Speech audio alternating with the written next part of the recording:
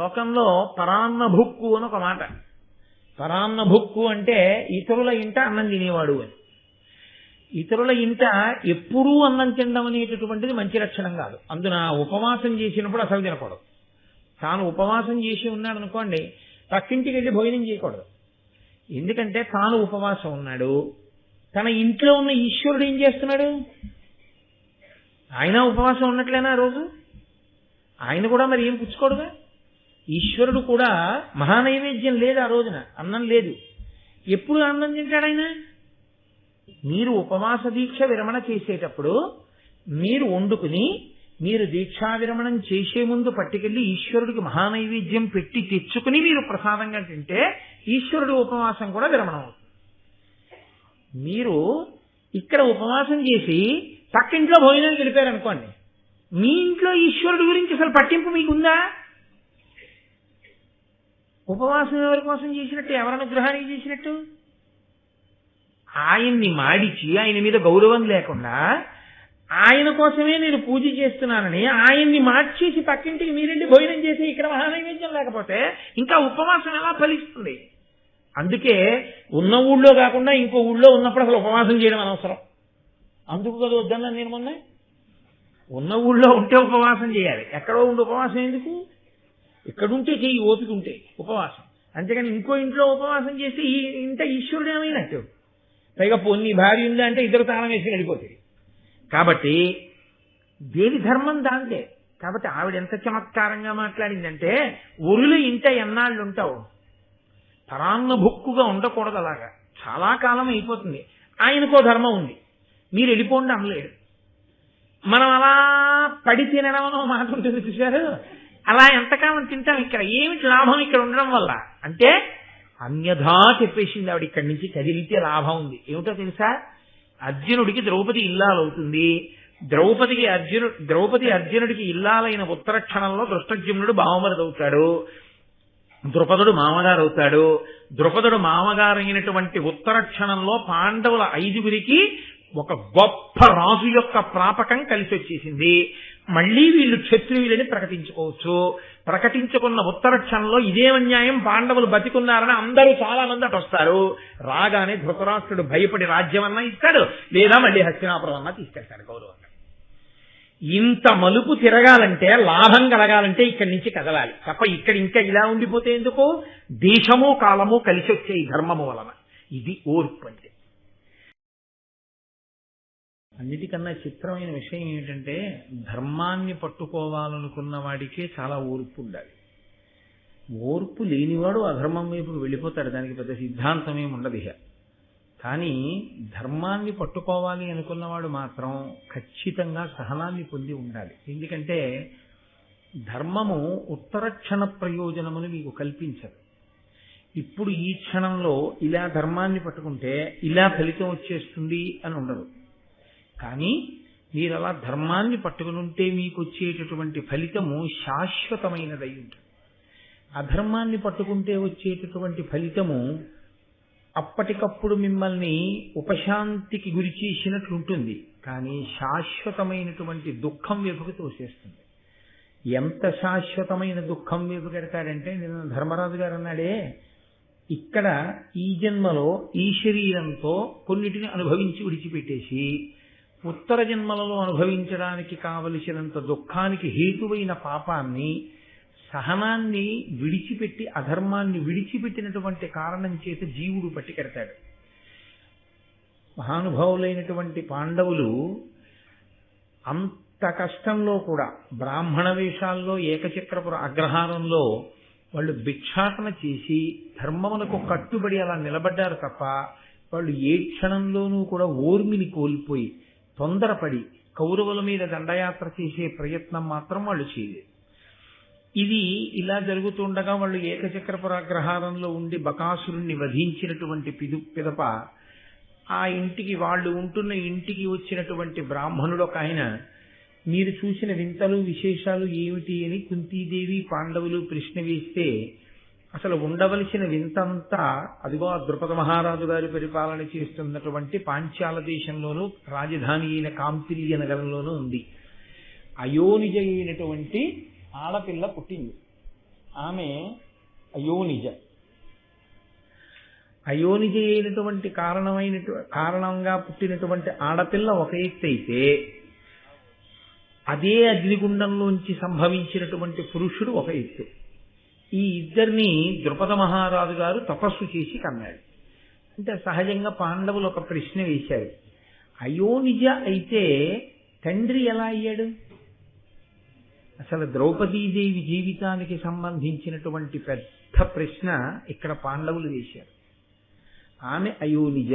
అయోనిజ అంటే అసలు స్త్రీ సంబంధం లేదు ఆవిడికి. ఆవిడ ఒక స్త్రీకి పుట్టినది కాదు. ఒక స్త్రీకి పుట్టినది కాదు కాబట్టి తన భార్య వలన జన్మించినది కాదు ద్రుపదుడికి. తన భార్య వలన జన్మించని దానికి తాను ఎలా తండ్రి అయ్యాడు? ఆమె ద్రుపదుడికి దొరికిందా? ఆమె ద్రుపదుడికి కూతురుగా ఉండాలని తనంత తానుగా కోరి వచ్చిందా? ఏ కారణం చేత తండ్రి అయ్యాడు? సరే, ఒక ఆడపిల్లకి తండ్రి అయ్యాడు, బాగుంది. అలా అయోనిజుడైనటువంటి కుమారుడికి కూడా తండ్రి ఎలా అయ్యాడు? ఏకకాలంలో ఇద్దరు పిల్లలు అలా ఎలా పుట్టారు ద్రుపదుడికి? మాకు ఈ అనుమానం ఒకసారి తీర్చండి అని అడిగారు. అడిగితే ఆ వచ్చినటువంటి బ్రాహ్మణుడు ఒక మాట చెప్పాడు. వీళ్ళు పాండవులు అన్న విషయం బ్రాహ్మణుడికి తెలియదుగా, వాళ్ళు కూడా బ్రాహ్మణ కుమారులే అనుకుంటున్నారు ఆయన.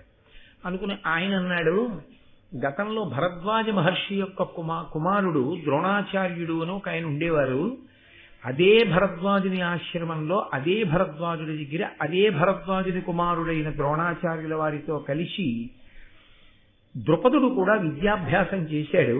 తర్వాతి కాలంలో ద్రోణాచార్యుల వారు అగ్నివేశునికి శుశ్రూష చేసి అగ్నివేశుల నుండి కొంత విద్యను సంపాదించారు.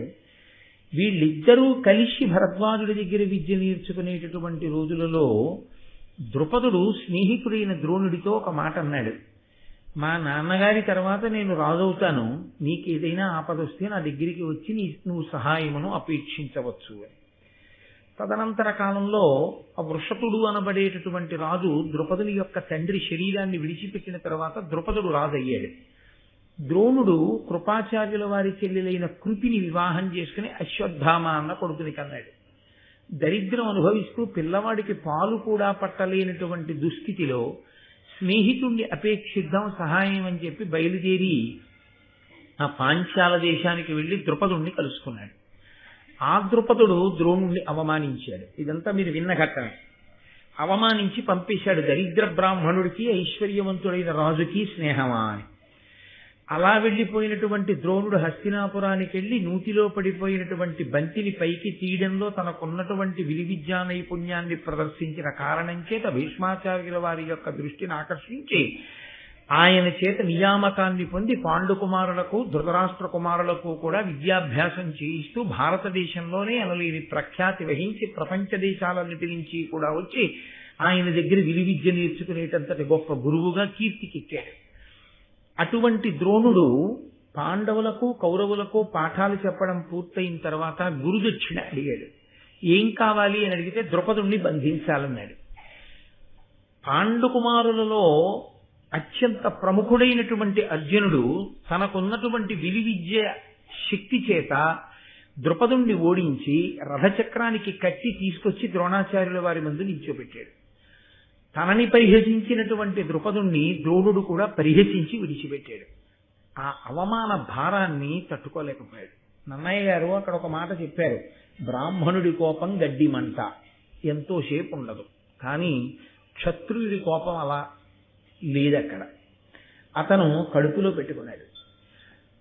ఒక బ్రాహ్మణుడు ద్రోణాచార్యుల వారు, ఆ బ్రాహ్మణ తేజస్సు ముందు క్షత్రియ తేజస్సు నిలబడలేకపోయింది. ఆయన కాదు ఖడ్గం పట్టుకుని నిలబడినవాడు, ద్రుపదుడే చెప్పుకున్నాడు ఒక చోట, నిజంగా ద్రోణుడే తన ఖడ్గాన్ని బయటికి తీసి నిలబడితే లోకమంతా ఎదురు నిలబడినా నిలబడలేదు. తాను పాఠం చెప్పిన శిష్యుడితో నన్ను ఓడించాడు. అంతటి తేజస్సు కలిగినటువంటి ద్రోణుణ్ణి చంపే కొడుకు కావాలి. అటువంటి ద్రోణుణ్ణి చంపే కొడుకు కావాలి అంటే అది మళ్ళీ వేరొక బ్రాహ్మణుని యొక్క తేజస్సు చేతనే సంభవం అవుతుంది. మరొక బ్రాహ్మణుడు అంతటి తేజస్సంపన్నుడు, అంతటి తపోనిష్టా గరిష్ఠుడైనటువంటి వాడు ఆ కామ్యము తీరడానికి అనువైనటువంటి ఈశ్వర సంబంధమైన క్రతువు చేయించి ఆ భక్తితో కూడిన కర్మ చేత తృప్తి పొందిన ఈశ్వరుడి యొక్క అనుగ్రహంగా ద్రోణుణ్ణి సంహరించగలిగినటువంటి కొడుకుని ద్రుపదుడికి అప్పచెప్పాలి. 2, అదే సమయంలో ద్రుపదుని యొక్క కోరిక ఏమిటంటే ఆయన చిన్నపిల్లవాడైనటువంటి అర్జునుడి యొక్క విలువిద్య ఆ శక్తిని చూసి, ఇంత గొప్ప పిల్లవాడు, ఈ పిల్లవాడు నాకు అల్లుడైతే బాగుండు. కొడుకు అయ్యే అవకాశం లేదుగా ఇహ, పాండురాజు గారి కొడుకు. కాబట్టి ఇప్పుడు తనకి కొడుకు కావాలి అంటే అల్లుడు పుత్రపంచకంలో ఒకడు. కాబట్టి ఇతన్ని అల్లుణ్ణి చేసుకోవాలి. ఇతన్ని అల్లుణ్ణి చేసుకోవాలంటే సామాన్యమైన విషయం కాదు. ఇతనికి భార్యగా ఉండడానికి యోగ్యమైనటువంటి ఆడపిల్ల కావాలి.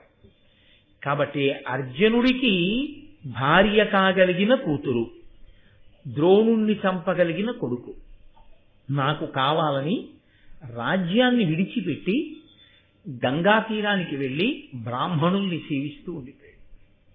అది కడుపులో పగ, పైకి బ్రాహ్మణ సేవ. దేని కొరకు అంటే ఆయనకు ఒక విషయం బాగా అర్థమైంది. ఆ తేజస్సుని పడగొట్టాలంటే మళ్ళీ ఇటువంటి తేజస్సే ఉపయోగపడాలి తప్ప క్షాత్రముతో పరాక్రమంతో కత్తిపట్టి కాని విల్లు పట్టి కాని ద్రోణుణ్ణి పడగొట్టగలిగినటువంటి వీరుడు ఈ భూమండలం మీద లేడు. అంటే ఆయన విలువిద్యా పరాక్రమం ఎటువంటిదో, ఆయన శిష్యులకు నేర్పిన విద్య ఎటువంటిదో మీరు ఆలోచించవచ్చు. కాబట్టి ఇప్పుడు మళ్ళీ అటువంటి కొడుకొకడు రావాలి ఈ భూమండలం మీదకి అంటే అంత తేజోవంతుడు, పుట్టుకతోనే అంత శక్తి కలిగిన వాడు కావాలి. కావాలి అంటే అది మళ్ళీ వేరొక బ్రాహ్మణుడు మాత్రమే అటువంటి క్రతువు చేయించగలగాలి. కాబట్టి ఆయన బ్రాహ్మణుల్ని సేవిస్తూ తిరుగుతున్నాడు. ఈ తిరిగేటటువంటి ప్రక్రియలో ఆయన ఆ గంగా తీరంలో వానప్రస్థ ఆశ్రమంలో ఉండి యాజ ఉపయాజులనబడేటటువంటి ఒక సోదరుల జంటని చూశారు. ఆ యాజ ఉపయాజులిద్దరూ కూడా కాశ్యప గోత్రానికి చెందినటువంటి వారు. ఇద్దరూ వానప్రస్థంలో ఉన్నారు. అన్నగారంటే పెద్దవాడు, తమ్ముడంటే చిన్నవాడు.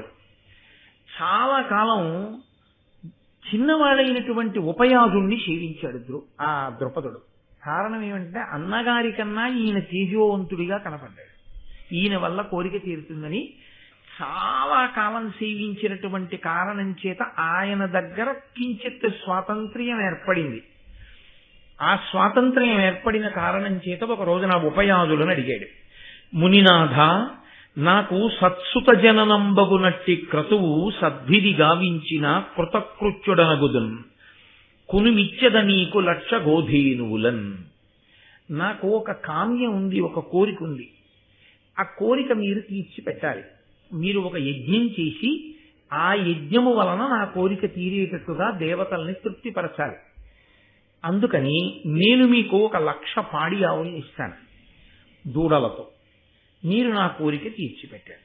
అంటే ఉపయాజుడు ఎంత అందంగా మాట్లాడాడో తెలుసా అండి. ఆయన అన్నాడు, అనఘచరితుడు మాయన్న వనములోన తనుచు ఒక్కనాడొక్క పండొనరగాంచి కొనియ శుచియగు శుచియు కాదని ఎరుంగబడని భూమి తలంబుపై పడినదా అని. ఆయన నేను యజ్ఞం చేస్తానని చెప్పలేదు, నీ చెయ్యనని చెప్పలేదు. ఆయన అన్నాడు, నేను మా అన్నయ్య కలిసి అరణ్యంలో నడిచి వెళుతున్నాం.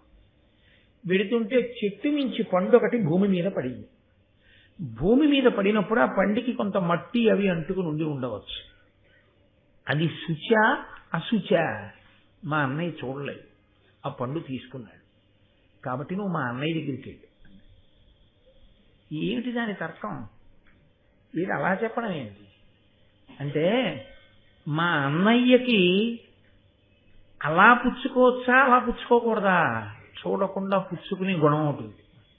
నువ్వు ఇచ్చే 1,00,000 పాడి ఆవులకి దూడలకి లొంగిపోయే మనస్తత్వం నాది కాదు. నేనేమీ పుచ్చుకో. కాబట్టి నాకు అలాంటి కోరికలు లేవు. నువ్వేదో 1,00,000 ధేనువుల్ని ఇస్తాను అని చెప్పి నన్ను నీకు వశుణ్ణి చేసుకోలేవు. కాబట్టి నీ కోరిక నా వలన తీరడం కష్టం. మరి నేను ఎందుకు చేస్తాను? ఒకవేళ చేయవలసి వస్తే నాకు చెయ్యాలనిపిస్తే చేస్తాను. నాకు చెయ్యాలని ఇప్పుడు లేదు, కాబట్టి నీ చెయ్యి. కాబట్టి ఇలాంటివి చెప్తే అలా ఇంకో బ్రాహ్మణుడు చచ్చిపోయేటట్టుగా, అంతటి ఆచార్య పురుషుడు చచ్చిపోయేటట్టుగా ఒక కొడుకు ఈయన ఖండానికి పగ పెట్టుకున్నాడు. కాబట్టి మనం చేయించచ్చా, చేయించకూడదా? ఇది ఆలోచించడం మా అన్నయ్య అని తన నోటితో అనలేదు. శుచియా అశుచియా చూడకుండా పండు తీసుకున్నాడు మా అన్నయ్య, కాబట్టి నువ్వు ఆయన దగ్గరికి వెళ్ళొచ్చు అన్నాడంటే. ఎంత ధర్మం అండి! తనకన్నా ముందు పుట్టిన వాడిని విమర్శించలేదు, తనకన్నా ముందు పుట్టిన వాడి యొక్క గుణాన్ని ఆవిష్కరించలేదు. మా అన్నయ్యకి ఈ రకమైనటువంటి పుచ్చుకునే గుణం ఉంది కాబట్టి నువ్వు ఆయన దగ్గరికి వెళ్ళి ఏదైనా చేయిస్తాడని చెప్పలేదు. మనిషి ప్రవర్తనలో ఉండేటటువంటి ఒక్క లక్షణాన్ని బట్టి చెప్పాడు. మహానుభావులు ఆ కృష్ణావధానుల గారికి సింహతలాటం వేస్తామంటే ఒకసారి ఆయన అన్నారు, వద్దురా నాకు సింహతలాటం అప్పుడే, ఇంకా ఇలా చెయ్యి చాపుతున్నాను కదూ అప్పుడప్పుడు, సింహతలాటం వద్దు. సింహతలాటం వేసుకుంటే ఇంకా ఈ చెయ్యి ఇలా చాపి పుచ్చుకోకూడదు, ఇలా పెట్టే చెయ్యి అవ్వాలి తప్ప, కాబట్టి నాకు వద్దన్నాడు. అది ధర్మం. ఒక్కొక్క మహానుభావుడు అలా ఉంటాడు, అలా కట్టుబడి ఉంటాడు ధర్మానికి. అది ప్రవర్తన చేత ప్రకాశిస్తుంది ధర్మము. నేను మీతో తరచుగా మనవి చేసేది అదే. ధర్మము అంటే నేర్చుకుని ఉన్నది కాదు, తెలుసుకుని ఉన్నది ధర్మము కాదు.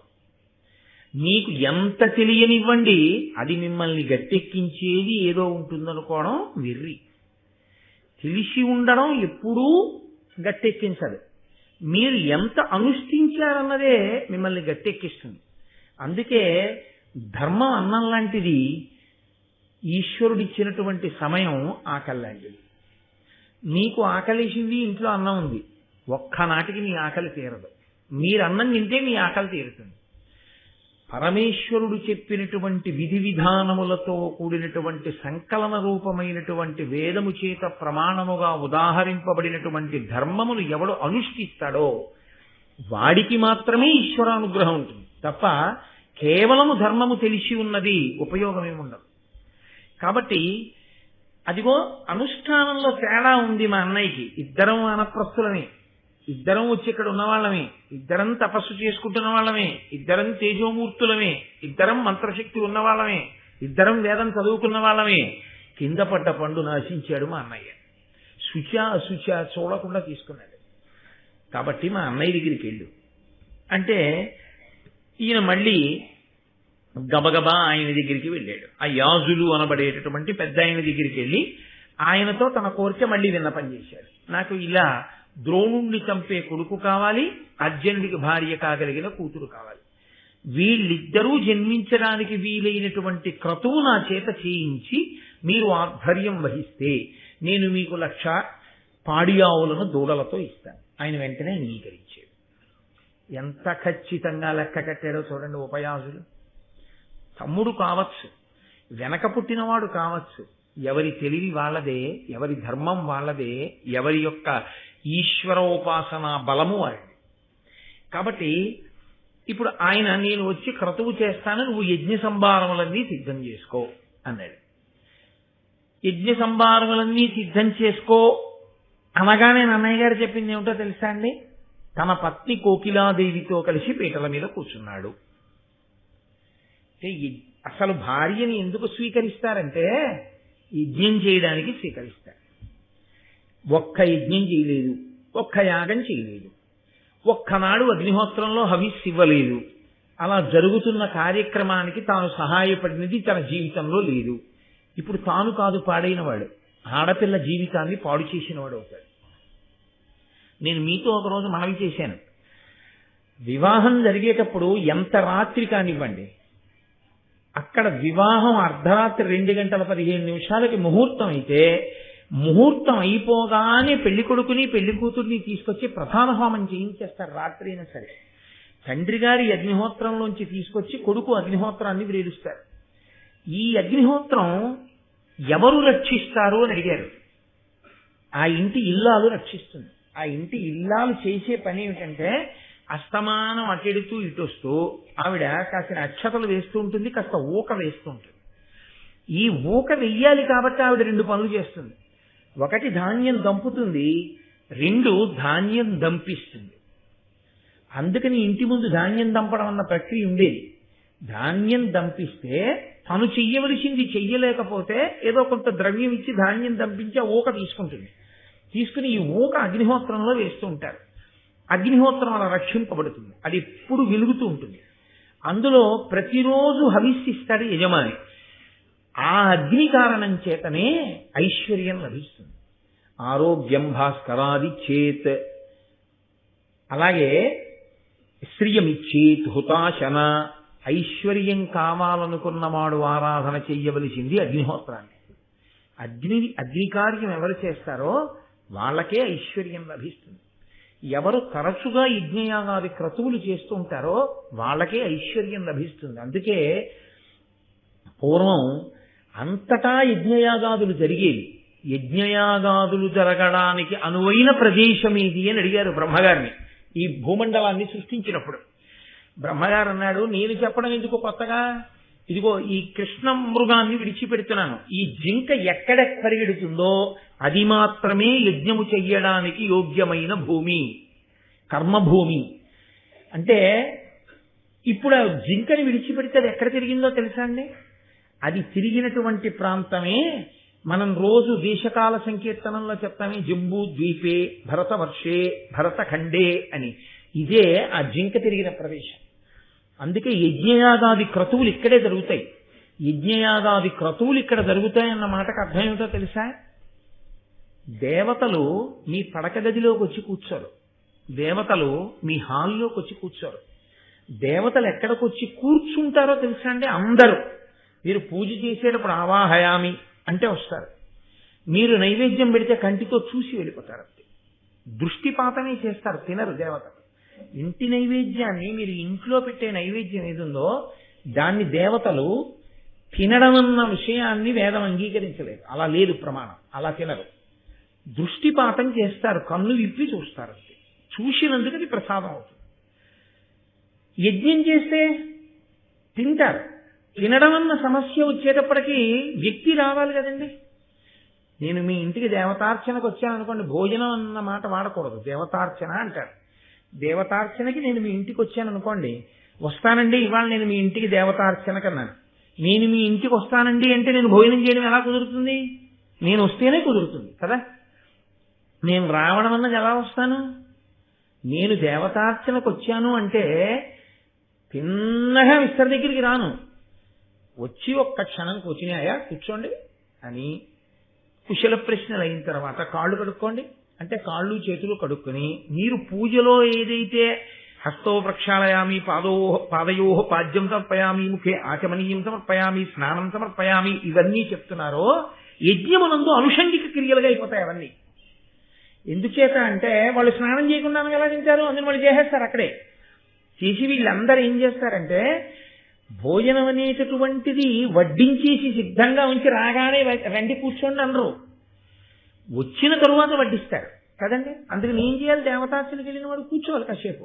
కూర్చుంటే ఏం చేస్తారు? దేవతార్చనకి ఎవరిని పిలుస్తారు? ఆ ఈశ్వర సంబంధం ఉందంటే దేవతార్చనకి పిలుస్తారు. ఇప్పుడు ఆయన ఏం చేస్తాడు? వచ్చినవాడు ఏదో భగవంతుడి గురించి కాసేపు మాట్లాడతాడు. ఆయన భగవంతుడి గురించి మాట్లాడినట్టే దేవతలు ఏం మాట్లాడతారు? దేవతలు కూడా అందరూ బాగున్నారా, మీ అందరూ సుఖంగా ఉన్నారా, సంతోషంగా ఉన్నారా? అయ్యో మాకు ఎప్పుడు లేదండి, ఇప్పటిదాకా చరిత్రలో గోదావరి ఎండిపోయింది. అలాగా యజ్ఞం చేస్తున్నారుగా, మీకు బెంగలేదు, సమయానికి వర్షాలు పడి గోదావరి వచ్చేసారి చక్కగా ప్రవహిస్తుంది రండి అంటారు. ఎందుకని? భోజనం చేయడానికి వచ్చి కూర్చున్నారు వాళ్ళు కొంతసేపు. ఇదే మీకు రామాయణం బాలకాండలో చూపిస్తారు. వాల్మీకి మహర్షి వాళ్ళు మాట్లాడారు, అప్పుడే రామావతారం వచ్చింది. సమస్యలు అడుగుతారు. అడిగి హోమము అన్న మాటకి బలి అన్న మాటకి తేడా అక్కడ వస్తుంది. అన్నం బట్టికెళ్ళి బయట పెట్టేస్తే పక్షులు అవి తిన్నగా తింటే బలి. హోమము అంటే సమంత్రకమై సుక్కు స్రవము ఈ రెండు వాడి అగ్నిముఖంగా హవిస్సునిస్తే ఆ హవిస్సుని హవ్యవాహనుడైన అగ్నిహోత్రుడు పట్టుకెళ్ళి దేవతలకు పెడతాడు. వాళ్ళందరూ కూర్చుంటారు ఆ యాగశాలలో. అందుకే యాగశాల అంత పవిత్రం. ఇప్పుడు వేస్తారు మనకి ఇక్కడ ప్రారంభమైపోయింది అదిగో నిర్మాణం. అది అంతా పూర్తయిన తర్వాత అందుకే యాగశాల ప్రవేశమే అంత గొప్పది. ఎందుకనంటే అక్కడ దేవతలందరూ కూర్చుని ఉంటారు. మీరు ఒక్కసారి యాగశాలకి ప్రదక్షిణం చేశారనుకోండి, మీరు దేవతలందరికీ ప్రదక్షిణం చేసినట్టు. మీరు ఎప్పుడైతే ప్రదక్షిణం చేశారో దేవతలు ప్రీతి చెందుతారు. దేవతలకు లక్షణం ఏమిటో తెలుసా అండి? వాళ్ళు ప్రీతి చెందితే మీకు కోరిక తీర్చకుండా వెళ్ళరు. అందుకే కదా సూర్యుడు కొడుకునివ్వకుండా వెళ్ళలేదు కుంతికి. కోరిక తీరుస్తారు. అందుకే యాగశాల వెయ్యడం అద్భుతం. యాగశాల నిర్మాణం చేసి యాగం జరుగుతోంది, హోమం జరుగుతోంది అంటే అందరూ పరిగెత్తుకొచ్చి ప్రదక్షిణాలు చేస్తారు. అందరూ అక్కడ కూర్చుంటారు. ఎందుకు కూర్చుంటారంటే దేవతలందరూ హవిస్సు తింటుంటారు. తింటున్నప్పుడు అది చాలా గొప్ప విషయం. కాబట్టి ఇప్పుడు ఈ అగ్నిహోత్రాన్ని రక్ష చేసేది గృహిణి, ఇల్లాలు. ఆమెయే రక్ష చేస్తుంది. రక్ష చేసే లక్షణం ఉన్నటువంటి ఇల్లాలు ఎవరుందో ఆమె వచ్చి పక్కన కూర్చుంటే తప్ప తాను యజ్ఞము చెయ్యడానికి అధికారం ఉండదు. కాబట్టి అసలు ముందు యజ్ఞం చెయ్యడం, యాగం చెయ్యడం అనేటప్పటికీ ఎవరు కావాలంటే ధర్మపత్ని కావాలి. కాబట్టి అసలు గృహస్థాశ్రమంలోకి వెళ్ళినటువంటి వాడు ధర్మపత్నిని ఎందుకు స్వీకరిస్తాడంటే ఇదే తలంబ్రాలు పోసుకునేటప్పుడు మంత్రాలుగా చెప్తారు. కేవలం ఐశ్వర్యాన్ని పొందడం కాదయా, యజ్ఞయాగాది క్రతువులు చెయ్యాలి అని కోరుకుంటారు. దేవతలు వచ్చి ఆశీర్వచనం చేస్తారు. అప్పుడు వేడుకకి మిగిలినవి మొట్టమొదట పోసుకునేవి ఎండు కొబ్బరి చిప్పలతో పోసుకునేవి ఈ కోరికలతో పోసుకుంటారు చెప్పుకొని. అందుకని యజ్ఞము చెయ్యడం కోసమే భార్యని స్వీకరిస్తారు. కాబట్టి ఇప్పుడు ఆయన ద్రుపద మహారాజు గారు కోకిలాదేవితో కలిసి యజ్ఞమునకు సిద్ధపడ్డాడు. దీక్ష అని ఒక మాట. ఈ దీక్ష అన్న మాటను ఏం చేస్తుంటారంటే సాధారణంగా చాలా వాటికి అన్వయం చేస్తారు. అయ్యప్ప స్వామి దీక్ష, వెంకటేశ్వర దీక్ష, శివ దీక్ష, శాంభవ దీక్ష, ఇలా. దీక్ష అన్న మాట యథార్థమునకు వైదిక ప్రయోగం ఎక్కడో తెలుసా అండి? యజ్ఞమునకు మాత్రమే దీక్ష. యజ్ఞము చేసేటటువంటి వాడు దీక్షా స్వీకారం చేస్తాడు.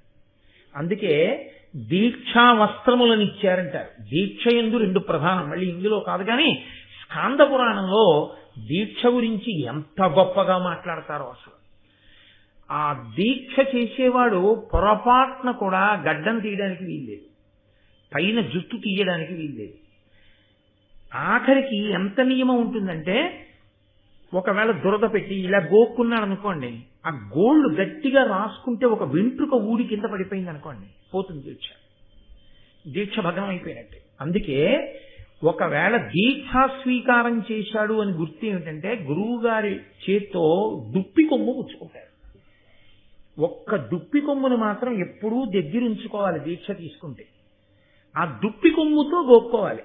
దుప్పి కొమ్ము యొక్క ఒరిపిడికి వెంట్రుక ఊడింది అనుకోండి, దీక్ష భగ్నం కాదు.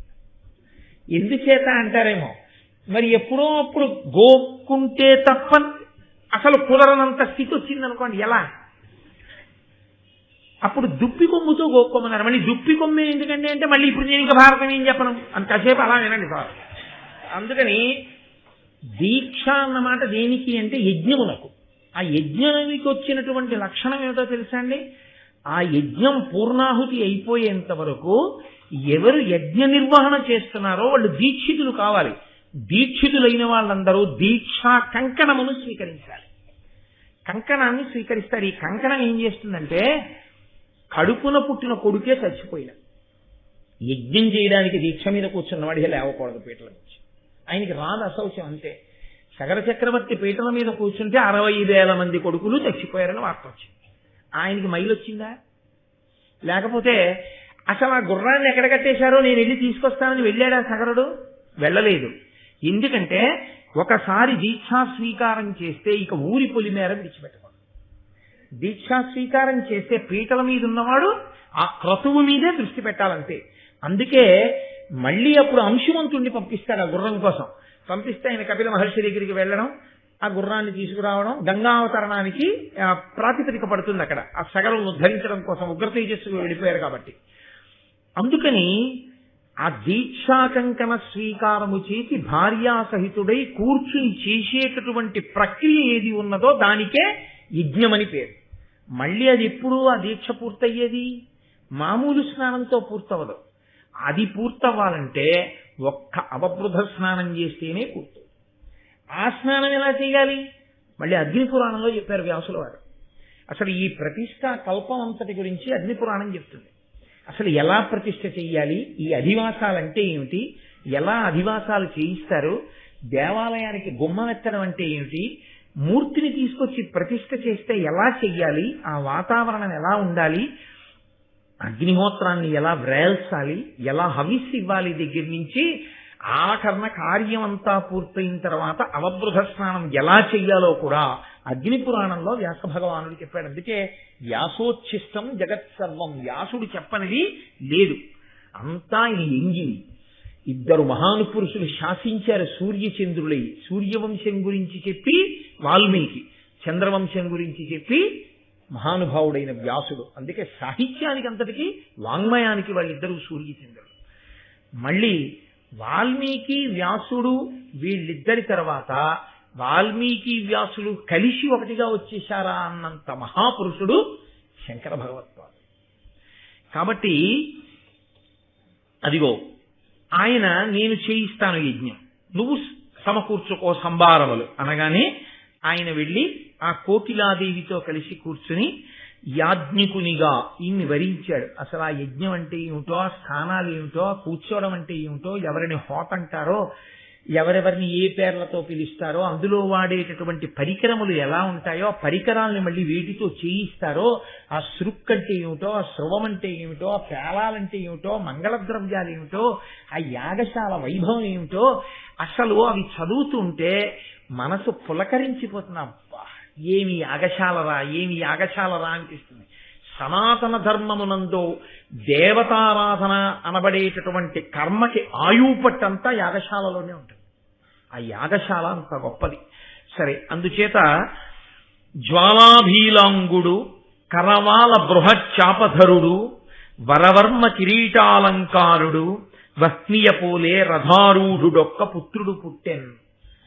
ఆ కోకిలాదేవితో కలిసి ఆయన యజ్ఞం చేశాడు. ఆ యాదులు వారు చేయించినందుకు అందులోంచి ఆ అగ్నిహోత్రపు కీలలోంచి దేవతలు అనుగ్రహించారు, అంతే, కోరిక తీరిపోయింది. రథారూఢుడైనటువంటి పిల్లవాడు పుట్టాడు. ఆ పిల్లవాడుగా చిన్న పిల్లవాడుగా రాలేదు, పుడుతూనే రథం మీద కూర్చుని వచ్చాడు వాడు. ఆయన జ్వాలాభీలాంగుడు, పైకి లేస్తున్నటువంటి అగ్నిహోత్రం ఎలా ఉంటుందో అలా ఉన్నాడు. ఆయన కరవాల పెద్ద కత్తి పట్టుకుని, బృహచ్చాపధరుడు పెద్ద కోదండం ఒకటి పట్టుకుని వరవర్మ కిరీటాలంకారుడు, బ్రహ్మాండమైన కిరీటం ఒకటి, పెద్ద కిరీటం పెట్టుకుని, వహ్నియ పోలి ఇంకో అగ్నిహోత్రం పుట్టిందా అన్నట్టుగా ఆ యజ్ఞగుండంలోంచి ఒక పిల్లవాడు పుట్టాడు. ఆ పుట్టినటువంటి పిల్లవానికి అశరీరవాణియే నామకరణం చేసేసింది. దానికి దృష్టజుమ్నుడు అని పేరు పెట్టారు ఆ పిల్లాడికి. ఆయన ఇంకా యాగాన్ని కొనసాగించాడు. కులపవిత్ర, ద్రౌపదీదేవి గురించి మాట్లాడుతూనే పుడుతున్నప్పుడు నన్నయ్య గారు వేసిన మొట్టమొదటి మాట కులపవిత్ర, వంశాన్ని పవిత్రం చేయగలిగిన తల్లి. కాబట్టి ద్రౌపది అన్న మాట ఎక్కడ వినపడినా మనం రెండు చేతులెత్తి నమస్కరించాలి. కులపవిత్ర, సితేతరోత్పల కోమలామల వర్ణ ఉత్పల సుగంధి, లసన్ మహోత్పల పత్రనేత్ర, అరాళకుంతల విభాసిని, దివ్య తేజము దాల్చి ఒక్క కుమారి తజ్వలన కుండమునందు పుట్టే ప్రసన్నమూర్తి ముదంబుతో. ఆ పుట్టినటువంటి పిల్లకి కృష్ణ అని పేరు పెట్టారు. ద్రౌపది ద్రుపదుని కూతురు కాబట్టి పెట్టబడిన పేరు కృష్ణ. ఆమె కులపవిత్ర, సితేతరోత్పల కోమలామల వర్ణ, నల్ల కలువకి ఉండేటటువంటి కాంతి ఎలా ఉంటుందో అటువంటి కాంతి కలిగినటువంటి తల్లి. ఆమె శరీర కాంతి నల్ల కలువ యొక్క కాంతి వంటిది. ఆ మాటకి నేను మీతో తరచుగా చెప్తూ ఉంటాను. తెల్ల కలువ వేరు, ఎర్ర కలువ వేరు, నల్ల కలువ వేరు. తెల్ల కలువ వంక చూసినా ఎర్ర కలువ వంక చూసినా కంటికి చల్లతనం ఉండదు. నల్ల కలువ వంక చూడగానే కళ్ళకి చల్లగా ఉంటుంది. అందరి కోరికలు తీరుతాయన్నమాట. ఆవిడ పుట్టడం చేత అందరూ చల్లగా ఉండేటట్టు చూడగలిగినటువంటి తల్లి ఆమె. ఉత్పల సుగంధి, సుగంధము కలిగినటువంటి శరీరము, సుగంధము కలిగినటువంటి కేశపాశం అమ్మవారికి ఉండేటటువంటి లక్షణం అది. అటువంటి తల్లి పద్మపత్రములు ఎలా ఉంటాయో అటువంటి కన్నులు కలిగినటువంటి నల్లని కేశపాశముతో కూడుకున్నది, దివ్యమైన తేజము కలిగినటువంటిది. ఆ జ్వలన కుండమునందు రగులుతున్న అగ్నిహోత్రంలోంచి, అదేదో అగ్నిహోత్రం అంతా కూడా నిధనమైపోయిన తర్వాత యజ్ఞగుండంలో దొరికింది కాదు ఆవిడ రగులుతున్న అగ్నిహోత్రంలోంచి పుట్టింది ఆవిడ. లలితా పరాభట్టారికా స్వరూపం బ్రహ్మాండ పురాణంలో లలితోపాఖ్యానంలో ఎలా బయటికి వస్తుందో అలా వచ్చింది ఆవిడ. వచ్చి ఆవిడ ప్రసన్నమూర్తి, పుడుతున్నటువంటి ఆవిడ కోపమైనటువంటి రూపంతో రాలేదు ద్రౌపదీదేవి. ప్రసన్నమూర్తి, చాలా పరమ ప్రశాంతంగా ముదంబుతో పరమ సంతోషంతో ఆమె ఆవిర్భవించింది. ఆవిడ్ని కృష్ణ అని పిలిచారు. ఈ పిల్లకి స్వయంవరం ప్రకటించారు. అంటే ఆమెయే భర్తని ఎంచుకుంటుంది. దానికి మత్స్యయంత్రాన్ని మిషగా పెట్టారు. మిషగా అంటే ఎవరు వెళ్ళి ఆ మత్స్యయంత్రాన్ని కొడతారో అటువంటి వారికి ఆ పిల్లని ఇస్తానన్నాడు ద్రుపద మహారాజు. అదిగో అంటే ఇప్పుడు ఆయన చెప్పిన కథని బట్టి ఆ పిల్ల ఎవరి కోసం పుట్టింది? అర్జునుడి కోసం పుట్టింది. ఇప్పుడు ఇక్కడ వింటున్న వాళ్ళెవరు? పాండవులు. ఈ మాట విన్న పాండవులకి ఏమనిపిస్తుంది మనసులో? నా కోసం పుట్టిన పిల్లకి స్వయంవరం అవుతోంది, కదులుదామని ఉంటుందా ఉండదా అర్జునుడికి? ధర్మరాజుని, భీముణ్ణి, నకులుణ్ణి, సహదేవుణ్ణి కాసేపు పక్కన పెట్టండి. ఎందుకంటే అప్పటికి వాళ్ళకి ఇంకా ద్రౌపదీదేవి తమకి కూడా భార్య అవుతుందని తెలియదు. అర్జునుడికి మనసులో ఉంటుందా ఉండదా? ఇంతటి కారణజన్మురాలు పుట్టిందంటే వీళ్ళ జీవితాలు మలుపు తిరగడం అక్కడే ఉందని గ్రహించలేనంత అమాయకురాలా కుంతీదేవి.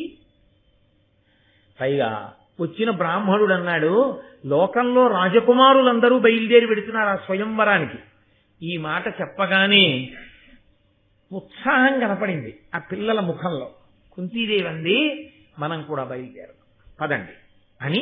ఆవిడంది, తల్లి మాట్లాడడం అంటేనండి చాలా అందంగా ఉండాలి. రే విడిపోదాం పదండి అయితేను, ఆయన ఎలాగో చెప్పాడు కదా అర్జునుడి కోసమే పుట్టిందని, వెళ్ళి మనం ఆ అమ్మాయిని కోడల్ని చేసేసుకుందాం అని తల్లే ముందు అలా మాట్లాడేస్తే దానికి అందం ఉండదు.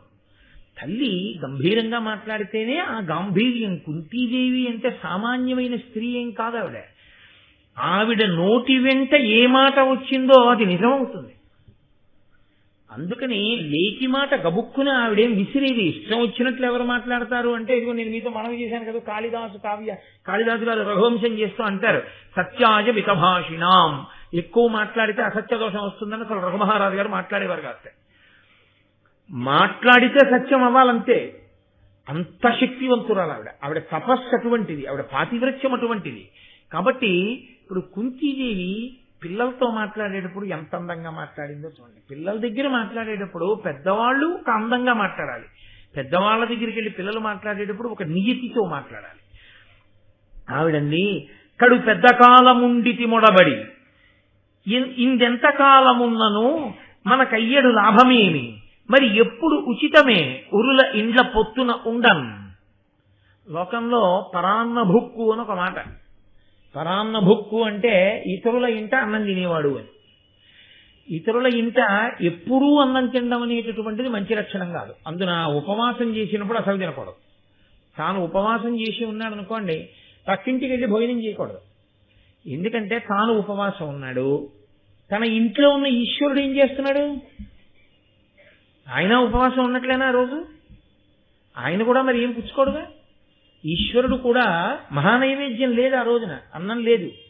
ఎప్పుడు అన్నం తింటాడు ఆయన? మీరు ఉపవాస దీక్ష విరమణ చేసేటప్పుడు మీరు వండుకుని మీరు దీక్షా విరమణం చేసే ముందు పట్టుకెళ్ళి ఈశ్వరుడికి మహానైవేద్యం పెట్టి తెచ్చుకుని మీరు ప్రసాదంగా తింటే ఈశ్వరుడు ఉపవాసం కూడా విరమణం అవుతుంది. మీరు ఇక్కడ ఉపవాసం చేసి పక్కింట్లో భోజనం గడిపారనుకోండి, మీ ఇంట్లో ఈశ్వరుడు గురించి అసలు పట్టింపు మీకుందా? ఉపవాసం ఎవరి కోసం చేసినట్టు, ఎవరి అనుగ్రహానికి చేసినట్టు? ఆయన్ని మాడిచి ఆయన మీద గౌరవం లేకుండా ఆయన కోసమే నేను పూజ చేస్తున్నానని ఆయన్ని మార్చేసి పక్కింటికి మీరెళ్ళి భోజనం చేసి ఇక్కడ మహానైవేద్యం లేకపోతే ఇంకా ఉపవాసం ఎలా ఫలిస్తుంది? అందుకే ఉన్న ఊళ్ళో కాకుండా ఇంకో ఊళ్ళో ఉన్నప్పుడు అసలు ఉపవాసం చేయడం అనవసరం. అందుకు కదా వద్దన్నాను నేను మొన్న. ఉన్న ఊళ్ళో ఉంటే ఉపవాసం చేయాలి, ఎక్కడో ఉండి ఉపవాసం ఎందుకు? ఇక్కడుంటే చెయ్యి, ఓపిక ఉంటే ఉపవాసం. అంతేగాని ఇంకో ఇంట్లో ఉపవాసం చేస్తే ఈ ఇంట ఈశ్వరుడు ఏమైనట్టు. పైగా పొన్ని భార్య ఉందా అంటే ఇద్దరు తాళం వేసి వెళ్ళిపోతాయి. కాబట్టి దేవి ధర్మం దాంతే. కాబట్టి ఆవిడ ఎంత చమత్కారంగా మాట్లాడిందంటే, ఒరులు ఇంట ఎన్నాళ్ళు ఉంటావు, పరాన్న భుక్కుగా ఉండకూడదు, అలాగా చాలా కాలం అయిపోతుంది, ఆయనకో ధర్మం ఉంది, మీరు వెళ్ళిపోండి అనలేడు. మనం అలా పడి తినడం అనో మాట ఉంటుంది చూశారు, అలా ఎంతకాలం తింటాం, ఇక్కడ ఏమిటి లాభం ఇక్కడ ఉండడం వల్ల అంటే అన్యథా చెప్పేసింది ఆవిడ, ఇక్కడి నుంచి కదిలితే లాభం ఉంది. ఏమిటో తెలుసా, అర్జునుడికి ద్రౌపది ఇల్లాలవుతుంది, ద్రౌపది అర్జునుడికి ఇల్లాలైన ఉత్తర క్షణంలో దృష్టజ్యుమ్నుడు బావమరుడు అవుతాడు, ద్రుపదుడు మామగారు అవుతాడు. ద్రుపదుడు మామగారు అయినటువంటి ఉత్తర క్షణంలో పాండవుల 5గురికి ఒక గొప్ప రాజు యొక్క ప్రాపకం కలిసి వచ్చేసింది. మళ్లీ వీళ్ళు క్షత్రియులని ప్రకటించుకోవచ్చు. ప్రకటించుకున్న ఉత్తర క్షణంలో ఇదే అన్యాయం, పాండవులు బతికున్నారని అందరూ చాలా మంది అటు వస్తారు. రాగానే ధృతరాష్ట్రుడు భయపడి రాజ్యమన్నా ఇస్తాడు, లేదా మళ్ళీ హస్తినాపురం అన్నా తీసుకెళ్తాడు గౌరవంగా. ఇంత మలుపు తిరగాలంటే, లాభం కలగాలంటే ఇక్కడి నుంచి కదలాలి తప్ప ఇక్కడ ఇంకా ఇలా ఉండిపోతే ఎందుకు? దేశము కాలము కలిసి వచ్చే ఈ ధర్మము వలన. ఇది ఓర్పు అంటే. ఆ పట్టిన ఓర్పుకి ఫలమేమి అంటే, వాళ్ళు అంత ఓర్పుగా ఉండి భిక్షాటన చేసైనా బతికినందుకు ఫలితమేమి అంటే కలిసి వచ్చే కాలం వచ్చింది. ఇది గుర్తించింది ఇంటి పెద్దరికంగా కుంతీదేవి. కాబట్టి బయలుదేరండి మనం వెడదాం అంది. వాళ్ళందరూ వెడుతున్నప్పుడు మధ్యలో వ్యాస భగవానుడు కనపడ్డారు. వ్యాసుడు ఎక్కడికక్కడ కనపడి ఎప్పటికప్పుడు కథాక్రమాన్నంతటినీ చక్క చేస్తూ ఉంటాడు. ఆయన దుర్యోధనుడికి కనపడ్డాడు. దుర్యోధనుడికి చెప్పడం, ఆయన ఎప్పుడు చెప్పినా పాండవులకు కుంతికి చెప్తుంటాడు. ఎందుకు చెప్తాడో తెలుసా అండి? ఒక్కటే కారణం, సత్పురుషులు తరచుగా మీకోసం రావాలి అంటే అసలు మీకు ఆ ప్రవర్తన ఉంటే వస్తారు. మీరు వారి హృదయాన్ని గెలుచుకుని ఉండుంటే వస్తారు. సత్పురుషుల హృదయం గెలుచుకోవడానికి మార్గం ఏమిటై ఉండాలి? ధర్మమే. అరే వాడు ధర్మాత్ముడు రా అన్న అభిప్రాయం కలిగిందనుకోండి గురువు గారికి, ఎందుకు రాదు శిష్యుడింటికి? అభిప్రాయ వాడికి అసలు ధర్మం అన్న మాట అక్కర్లేదండి అన్నారనుకోండి, ఎందుకు వెళ్తారు గురువు గారు ఇంటికి? పిలిచినా వెళ్ళడు. ఎందుకు వెళ్ళడంటే అక్కడ ధర్మం ఉందన్న నమ్మకం గురువు గారికి లేదు, అందుకని వెళ్ళాడు. పిలవకపోయినా ఎందుకు వెళ్తాడంటే అక్కడ ధర్మం ఉంది, నేను రక్షించాలి, అందుకని వెళ్తాడు. ఒరే ఇంత ఓపిక పడితే చూశారా మీకు కాలం కలిసి వచ్చింది. కాబట్టి ఇంత ఓపిక పట్టడంలో మీరు ఎప్పుడూ ఎవరి మాట వింటూ వచ్చారు? అమ్మ మాట, అన్న మాట. ఆయన ధర్మదేవత, తల్లి సాక్షాత్తు తల్లే. ఇదే మీరు కాలక్రమంలో కూడా పాటించండి. ఇప్పుడు కష్టం తర్వాత సుఖం వచ్చింది, సుఖం తర్వాత ఏమొస్తుంది? మళ్ళీ కష్టం వస్తుంది. మొట్టమొదటిసారి జీవితంలో కష్టం తర్వాత పెద్ద సుఖం వచ్చినప్పుడు బాగుంటుంది. పెద్ద సుఖం తర్వాత వచ్చే కష్టాన్ని తట్టుకోవడం కష్టంగా ఉంటుంది. నీడలోంచి ఎండలోకి వెళ్ళడం తేలిగ్గా ఉంటుంది, ఎండలోంచి నీడలోకి రావడం తేలిగ్గా ఉంటుంది, నీడలోంచి ఎండలోకి వెళ్ళడం కష్టంగా ఉంటుంది. కాబట్టి అప్పుడు మీరేం పట్టుకుని ఉండాలో తెలుసా? ధర్మాన్ని. అదే మీకు చిట్ట చివర శాశ్వతమైన రక్షణ ఇచ్చేస్తుంది. ఇందుకు కదా స్వర్గారోహణ పర్వంలో వెళ్ళిపోయారు వాళ్ళు ఏకంగానే.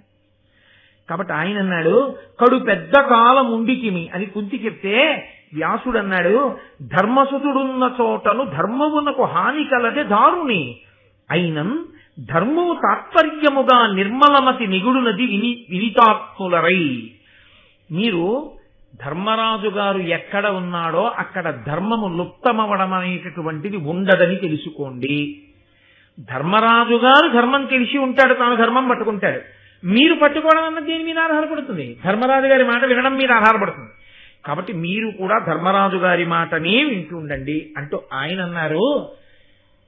పూర్వకాలంలో ఒక మునికి కుమార్తె ఉండేది. ఆమెకి వివాహం కాలేదు. ఆమె వివాహం కాకుండా నేను కన్యగానే ఉండిపోయి కన్యగానే మరణిస్తానేమోనని బెంగ పెట్టుకుని ఆమె గొప్ప తపస్సు చేసింది పరమేశ్వరుడి కోసం. పరమేశ్వరుడు ప్రత్యక్షమయ్యాడు. ప్రత్యక్షమై ఈవిడంది ఏం కావాలి అని అడగగానే, నాకు పతి కావాలి, పతి కావాలి, పతి కావాలి అని ఆ సంతోషంలో ఆమెకున్న ఆర్తటువంటిది 5 మాటలండి. పరమశివుడు అన్నాడు, 5 మాటలు అడిగావునన్నా, 5 భర్తలకి ఇల్లాలి కావాలి. ఇది ఎలా సంభవమైందో తదనంతర కాలంలో ఇంకా ఎంత పెద్ద ధర్మ సూక్ష్మం నడిస్తే ద్రౌపదీదేవి పాండవులకి ఇల్లాలైందో, 5 ఇల్లాలిగా ఉండి ద్రౌపదీదేవి ఎంత అనితర సాధ్యమైన అశిధారావ్రతాన్ని నడపగలిగిందో, ఎందుకు ఆనాటికి ఈనాటికి ఏనాటికి జనులందరి చేత ఆవిడ నమస్కరింపబడుతోందో మీకు రేపటి రోజు ఉపన్యాసంలో నేను అనుసంధానం చేస్తాను. ఎందుకంటే ఇవాళ అక్కడ వరకే ఆ విషయం. కాబట్టి వ్యాస భగవానుడు ఈ మాట చెప్పి మీరు కాబట్టి బయలుదేరండి అంటే వీళ్ళు బయలుదేరేటప్పటికి వీళ్ళ భావన ఏమిటి? ఆమె అర్జునుడికి ఇల్లాలు కాబోతోంది. ఇప్పుడు వ్యాసవాక్యం ఏమిటి? ఆమె వైపు నుంచి 5గురికి ఇల్లాలు కాబోతోంది. బ్రాహ్మణుడికి ఎంత తెలుసు? యజ్ఞం జరగడం వరకే తెలుసు. అసలు యజ్ఞంలోంచి వచ్చిన పిల్ల వెనక జన్మలో కథ కూడా ఎవరికి తెలుసు? దివ్యమైన దృష్టి కలిగినటువంటి నారాయణాంశ సంభూతుడైనటువంటి వ్యాస భగవానుడికి తెలుసు. ఇది ఇక్కడ ఎందుకు చెప్పవలసి వచ్చిందో వ్యాసుడు వచ్చి దీని మర్మమేమో దీన్ని మళ్ళీ వ్యాసుడే చిట్ట చివర వచ్చి ఆ ద్రౌపదీ వివాహం ఎలా చేస్తారో మీకు రేపటి రోజున కళ్యాణం రేపు అయిపోతుంది. ద్రౌపదీ కళ్యాణం ఈశ్వరానుగ్రహం వల్ల అయిపోవాలి. కాబట్టి రేపు మీరు విందరిగాని కనుక ఇప్పుడు వాళ్ళు బయలుదేరి చెప్పాడు మహానుభావుడు వ్యాసుడు. చాలా సంతోషించారు, వెళ్ళిపోతున్నారు. అప్పటికి వాళ్ళ మనస్సుల్లో ఆమె 5గురికి ఇల్లాలవుతుంది అంటున్నారు. మరి అర్జునుడు కాకుండా ఇంకా 4 ఎవరు అన్న ఆలోచన రాలేదు. ఆ ఆలోచన అక్కడ రాకుండా ఉండడం వెనక ఎవరున్నారని మీరు అనుకోవాలి? పరదేవతే. నేను మీతో తరచుగా మనవి చేశాను కదా, లేకపోతే వాళ్ళ మధ్య చర్చ జరగాలి. అసలు ఆ ఆలోచన రాకపోవడం ఈశ్వరానుగ్రహం అంతే. ఎందుకనంటేనండి మనం ఎప్పుడు మీరు ఆలోచించండి, మీరు ఏ పూజ చేయండి చిట్ట చివరికి ఏం చేస్తామో తెలుసా? మీరు ఈశ్వరుణ్ణి ఏ రూపంతో పూజ చేశారో ఆ రూపంతో మీరు అడిగేది ఏమడుగుతారో తెలుసా అండి? నా బుద్ధిని ప్రచోదనం చెయ్యి అని అడుగుతారు. బుద్ధిని ప్రచోదనం చెయ్యి. ఒక దుర్గారాధన చేశాం, తన్నో దుర్గి ప్రచోదయాత్. గాయత్రీ మంత్రం సరే అసలు రోజు అడుగుతాం. మీరు ఏదో శివుణ్ణి ఆరాధన చేశారనుకోండి, చిట్ట చివర తన్న శివ ప్రచోదయాత్, ఓ శివుడా మా బుద్ధులను ప్రేరేపించు. మీరు ఏ పూజ చేయండి చిట్ట చివర లఘుగాయత్రి అంటారు దాన్ని. లఘుగాయత్రిలో ఏది అడుగుతారంటే మా బుద్ధులను ప్రచోదనము చేయుదురుగాక అని అడుగుతాం. బుద్ధిని ప్రచోదనం చేయడం అంటే ఏమిటి? అంటే బోలెడు కదలికల్ని ఆపుతుంది బుద్ధి. మనస్సు లక్షణం ఏమిటో తెలుసా అండి? బోలెడన్న ఆలోచనలు చెప్పేస్తుంది. ఇంకా దానికి అంతు దరి ఏముండదు, అన్ని ఆలోచనలు చెప్తుంది. ఉపన్యాసానికి ఎడదాం అని ఇలా కబ్బోర్డ్ తీశారనుకోండి, ఇవాళ ఈ పంచి కట్టుకుందాం ముందంటుంది. ఇలా చెయ్యి అయిపోయారనుకోండి, వద్దులే ఇవాళ ఈ పంచి వద్దు, ఈ పంచి కాకుండాను ఇలా ఈ పంచి కట్టుకుంటే, రోజు ఇది కట్టుకున్నా ఇవాళ పట్టు పంచి కట్టుకుంటే దాని అసాధ్యం కూడా నిర్ణయం చేయదు. సంకల్ప వికల్ప సంఘాతం బోలెడన్న ఆలోచనలు ఇచ్చేస్తుంది. పట్టు పంచ రాసి కట్టుకోవచ్చు కానీ చెమట ఒకటి చాలా ఇబ్బందిగా ఉంటుంది, అదేమో ఒంటికి అంటుకుంటుంది. అందుకని వద్దు, వేసవికాలం కదూ, చక్కగాను నూలు వస్త్రమే కట్టుకుందాం, హాయిగా ఉంటుంది, శరీరానికి చల్లగా ఉంటుంది అని ముందు బుద్ధి నిర్ణయం చేస్తే మనసు ఆగుతుంది. ఇప్పుడు ఒకటి పోయింది, ఏఆర్బిలో పట్టుపంచెలు నూలు పంచెలు, పట్టుపంచెలు పక్కకు పోయి నూలు పంచెలలో మళ్ళీ ఏదో దానికి ఉన్న ఆలోచనలు ఏవో చెప్తుంది. చెప్పిన తర్వాత బుద్ధి నిర్ణయం చేస్తుంది, ఇదిగో ఈ పంచి వాళ్ళ కట్టుకుంటున్నావు, అది తీసి పక్కన పెడతాడు. ఇప్పుడు ఏం చేస్తుందో తెలుసా అండి? ఈ నిర్ణయం చేశాక చిత్తము వస్తుంది. చిత్తం ఏం చేస్తుందంటే ప్రతి క్షణం ఇలా చెయ్యి ఇలా చెయ్యి ఇలా చెయ్యి అంట. ఇవాళ పంచ కట్టుకునేటప్పుడు కుర్చీలు ఇలా పెట్టుకుంటావా ఇలా పెట్టుకుంటావా అని ఏదో ఆలోచన చెప్తుంది. అది ఎలా కట్టుకోవాలో ప్రతి క్షణం చెప్పేది చిత్తం. ఇలా అద్దంలో ఒకసారి చూసుకుని ఓ ఈ పంచ నాకు బాగుంది అనుకున్నాడు అనుకోండి అహంకారం. మీరు జాగ్రత్తగా గమనించారంటే ఇది ఇంకొకరి మీద పెట్టడం ఇష్టం లేక ఇలాంటివి నా మీద పెట్టుకుని నేను చెప్తున్నాను. ఒకరిని కించపరచడం ఇష్టం లేక ఏ పని చేసినా కూడా మీకు ఇవి ఎప్పుడు నడుస్తాయి. మనోబుద్ధి చిత్త అహంకారములు ఈ 4 ఎప్పుడు అసలు అవి ఎలా వెళ్ళిపోతాయంటే పిల్లలు చూడండి సబ్బు నీళ్లు పట్టుకుని ఇలా ఉప్పుని బుడగలు వస్తుంటాయి. అలా మనోబుద్ధి చిత్త అహంకారములు మనోబుద్ధి చిత్త అహంకారములు మనోబుద్ధి చిత్త అహంకారములు నడుస్తుంటాయి. ఇందులో మనస్సు చిత్తము అహంకారము బుద్ధి చెప్పిన దాని వల్ల యశస్సుని కానీ ఉన్నతిని కానీ పొందుతుంటాయి. ఈ బుద్ధి నిర్ణయాన్ని తప్పు చేసింది అనుకోండి, అంతే. ఆ చేసిన పనంతటి వల్ల ఏమొస్తుందంటే కింద పడిపోయేటటువంటి లక్షణం వస్తుంది. అలా కింద పడిపోకుండా ఉండాలంటే బుద్ధి బాగా నిర్ణయం చేయగలిగి ఉండాలి. బాగా నిర్ణయం చెయ్యాలంటే అది మన అదృష్టం మీద ఉండదు, ఈశ్వరానుగ్రహం వల్ల ఉంటుంది. ఆ బుద్ధి ఆయన ప్రచోదనం చెయ్యాలి. కాబట్టి ఏది చెయ్యండి మనం ఒక్కటే అడుగుతాం, ఈశ్వర నా బుద్ధిని ప్రచోదనము చేయుదువుగాక. ఆ బుద్ధి ఒక్కటి ప్రచోదనం అయిందనుకోండి చాలంతే. చెడ్డవాడు మంచివాడైపోయాడు, ఆ బుద్ధి సరిగ్గా ఉండకపోతే మంచివాడు చెడ్డవాడైపోయాడు, మంచివాడు చెడ్డవాడైపోయాడు, ఆ ఇల్లు పాడైపోయింది, చెడ్డవాడు మంచివాడైపోయాడు, ఆ ఊరంతా బాగుపడిపోయాడు. ఎక్కడుందండి ఇప్పుడు అంతాను? ఆ బుద్ధి మీద ఉంది. ఆ బుద్ధిని ఎవరు ప్రచోదనం చేయాలి? ఈశ్వరుడు చెయ్యాలి. అందుకని లఘుగాయత్రులన్నీ వెళ్ళి బుద్ధి మీదే నిలబడిపోతాయి. కనుక ఇప్పుడు వీళ్ళకి ఆ ఆలోచన రాలేదు అంటే ఏమనుకోవాలి?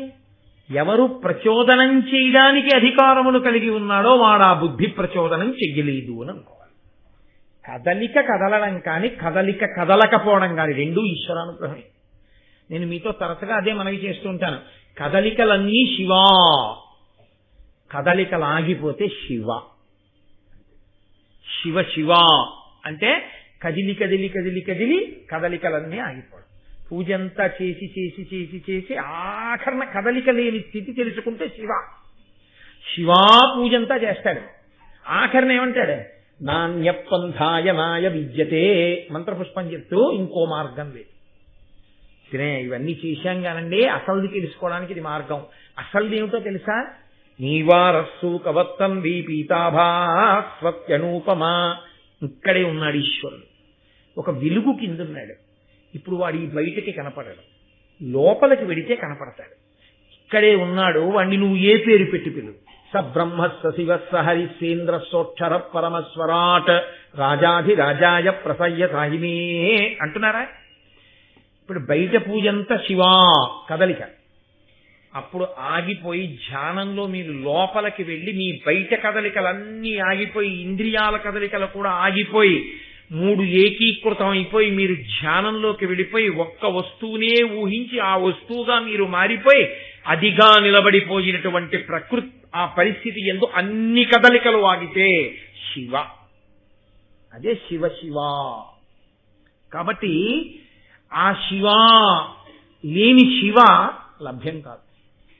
ఆ శివ సమానం ఉండిపోయే స్థితి కాదు. కాబట్టి శివలోంచి శివాలోకి వస్తాడు. శివ అన్ని శివపరంగా చేస్తాడు. అది శివ శివ. అది పార్వతీ పరమేశ్వరులు విడివడి ఉండకూడదు, విడివడి ఉండరు అన్న సిద్ధాంతం. కాబట్టి ఇప్పుడు వాళ్ళకి ఆ ఆలోచన రాలేదు, అదే దేవతానుగ్రహము. అందుకే నేను మీతో మనవి చేశాను, మహాభారతాన్ని కేవలం ఒక కథాపరంగా వినడం కూడా మంచిదే, కానీ మహాభారతాన్ని మీరు ధర్మ సూక్ష్మ సమన్వయంగా తెలుసుకున్న నాడు ఎక్కడెక్కడ ఈశ్వరానుగ్రహం ఎలా ఉంటుందో, దేని కొరకు మనం వెంపర్లాడవలసి ఉంటుందో మీరు ఆలోచించవలసి ఉంటుంది. ఒక్క నిర్ణయం అండి పాడు చేసేస్తుందంటే జీవితాన్ని. ఒకే ఒక్క నిర్ణయం పాడు చేస్తుంది. నేను విశాఖపట్నంలో చదువుకునే రోజుల్లో నాకు మంచి స్నేహితుడు ఉండేవాడు. నేను అప్పటి వరకు అతనితో మాట్లాడి వెళ్ళిపోయాను. నేను వెళ్ళిపోయాను, అతను వీధిలో నిలబడి వాళ్ళ అక్క చెల్లెళ్లతో మాట్లాడుతున్నాడు. ఎక్కడికో వెళ్ళాలి. ఆ అక్క చెల్లెళ్ళు అన్నారు, ఉండరా బస్సు చాలా రష్గా ఉంది కదా, ఇంకో బస్సు ఎక్కుదుగాను అన్నారు. ఆ కాలేజీ రోడ్డు అని ఉండేది, ఇలా బాగా ఎత్తుగా ఉండేది, అది ఎక్కుతోంది బస్సు. ఏదో 13వ నెంబరో ఏదో నాకు జ్ఞాపకం లేదు, అదే అనుకుంటా వెళ్ళేదట ఎక్కువ, 13 నెంబర్ అని ఆ బస్సు అనుకుంటా. అతను ఏం పర్వాలేదని గౌరవంగా వెళ్ళి ఎక్కాడు ఆ బస్సు. ఆ ఫుట్ స్టెప్స్ మీద నిలబడ్డాడు పట్టుకుని. ఎక్కి వెళ్ళిన కొద్దిసేపటికి ఆ బస్సుకు ప్రమాదం సంభవించింది. విచిత్రం ఏంటో తెలుసా అండి, ఆ రోజుల్లో ఫోన్లు అవి ఏం లేవు. నేను మర్నాడు పేపర్ తీశాను, ఇతని ఫోటో ఉంది చనిపోయిన వాళ్ళ ఫోటోల్లో. నేను చల్లబోయి పరిగెత్తుకుంటూ వాళ్ళ ఇంటికి వెళ్ళాను. చచ్చిపోయాడు నిన్న బస్సు కింద పడి, అతను బస్సు పడిపోయినప్పుడు అన్నారు. వాళ్ళ అక్కయ్య వాళ్ళు ఎందుకురా వెనకాల ఇన్ని బస్సులు వస్తాయి కదా ఉండంటున్నారు. ఏం పర్వాలేదని పరిగెత్తుకెళ్ళి ఎక్కాడంతే. ఎక్కే ఎంత బుద్ధి అయిపోయింది, శరీరం పడిపోయింది. అదే బుద్ధి ఎక్కద్దు, ఫోన్లే ఉండు ఇంకో బస్సు ఎక్కదు అని అన్నాడు అనుకోండి, బతికేశాడండి. ఆ కుటుంబం తర్వాత ఎంతకాలం బెంగెత్తుకుపోయిందో, ఎంత కుదేలైపోయిందో ఆ కుటుంబం. ఒక్క నిర్ణయం అంతే, చెప్పలేం. తల్లికోట యుద్ధంలో రామరాయల వారు ఎడ్ల బళ్ళకి కట్టి చీకట్లో వెళ్ళిపోతున్న కాగడాలు చూసి శత్రు సైన్యం అంతా ఒడ్డున అటువైపుకి వెళ్ళిపోతోంది. అట్నుంచి నదిని దాటి ఇటు వస్తారనుకుని తన సైన్యాన్ని అంతటినీ కిందకి వెళ్ళిపోమన్నాడు. అటు వెళ్ళినవి ఎడ్ల బళ్ళు అని గుర్తించలేకపోయాడు. అవన్నీ కాగడాలు కట్టుకుని ఎడ్లబడి వెళ్ళిపోయి సైన్యం అక్కడే ఉంది. ఈయన సైన్యం అంతా కిందకి వెళ్ళిపోయింది.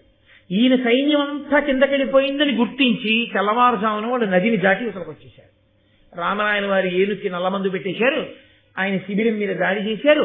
అంత సువిశాలమైనటువంటి అంత ఐశ్వర్యవంతమైన విజయనగర సామ్రాజ్యం పతనం అయిపోయింది రామరాయణ మరణంతో. ఒక్క నిర్ణయం అయిపోయిందంటే రాజ్యం. అందుకే ఉద్ధాన పతనములకు కారణము బుద్ధియే. ఆ బుద్ధి ఎవరి మాట వినదో, అది సరి అయినటువంటి సమయము కాకపోతే నా అంత వాణ్ణి నేనని అహంకరించి తిరిగిన వాడికి అలాంటి నిర్ణయాలే చేయిస్తారు. నీకెవరు అనుగ్రహం అక్కర్లేదు, అలాంటి నిర్ణయాలే వస్తాయి. నువ్వు ఈశ్వరుడికి జవాబుదారీగా బతకడం అలవాటైంది, పరమేశ్వరుడికి నమస్కారం చేసి బయలుదేరడం అలవాటైంది. ఈశ్వరుడు ఆ సమయానికి ఒక ప్రచోదనం చేయిస్తాడు, అంతే. ప్రమాదం తప్పుతుంది ఆ చేసుకునే నిర్ణయం వల్ల. అందుకే పూజలన్నీ ఎక్కడ పూర్తవుతాయంటే లఘుగాయత్రితో పూర్తయిపోతాయి. తన్నో దుర్గి ప్రచోదయాత్, తన్నో తన్న శివ ప్రచోదయాత్, అన్ని అలా ప్రచోదనం ప్రచోదనం ప్రచోదనం అడుగుతారు. కాబట్టి ఇప్పుడు పాండవులకు 5 అంటున్నారు వ్యాసుల వారన్న ఆలోచన రాలేదన్న చోట పరదేవత ఉందని మీరు అనుకోవాలి. కాబట్టి ఇప్పుడు వాళ్ళు బయలుదేరి గంగా నదిలో సోమశ్రవము అనబడేటటువంటి ఒక పెద్ద తీర్థం ఒకటి ఉంటే అందులో స్నానం చేద్దాము అని చెప్పి బయలుదేరి వెళ్తున్నారు. అది అర్ధరాత్రి. వాళ్ళకి భయం ఏమిటి? వాళ్ళు సుక్షత్రియులు, మంచి తేజోవంతులు. అర్జునుడు కాగడా పట్టుకున్నాడు. అరణ్యంలో వీళ్ళు వెనకాతలు నడుస్తున్నారు. పాండవులు కుంతీదేవి దారి చూపిస్తూ అర్జునుడు వెళ్తున్నాడు. ఆ చీకట్లో వెడుతుండగా అర్ధరాత్రి వేళ ఆ గంగా తీరంలో ఆ సోమశ్రవము అనబడేటటువంటి తీర్థంలో స్నానం చేయడానికి వచ్చాడు అంగారపర్ణుడు అనబడేటటువంటి గంధర్వుడు ఒక ఆయన.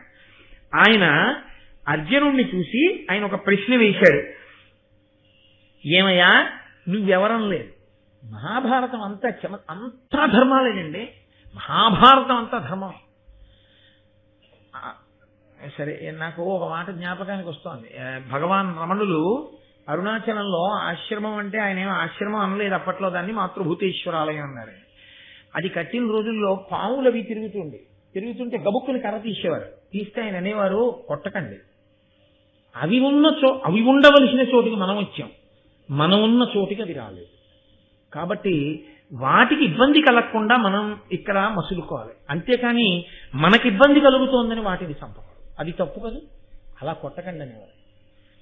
అంగారపర్ణుడు ఎంత ధర్మం అడిగాడో తెలుసా అండి. ఆయన భార్యతో విలాసంగా అక్కడ క్రీడిస్తున్నాడు. వీళ్ళు వెళ్ళారు 5.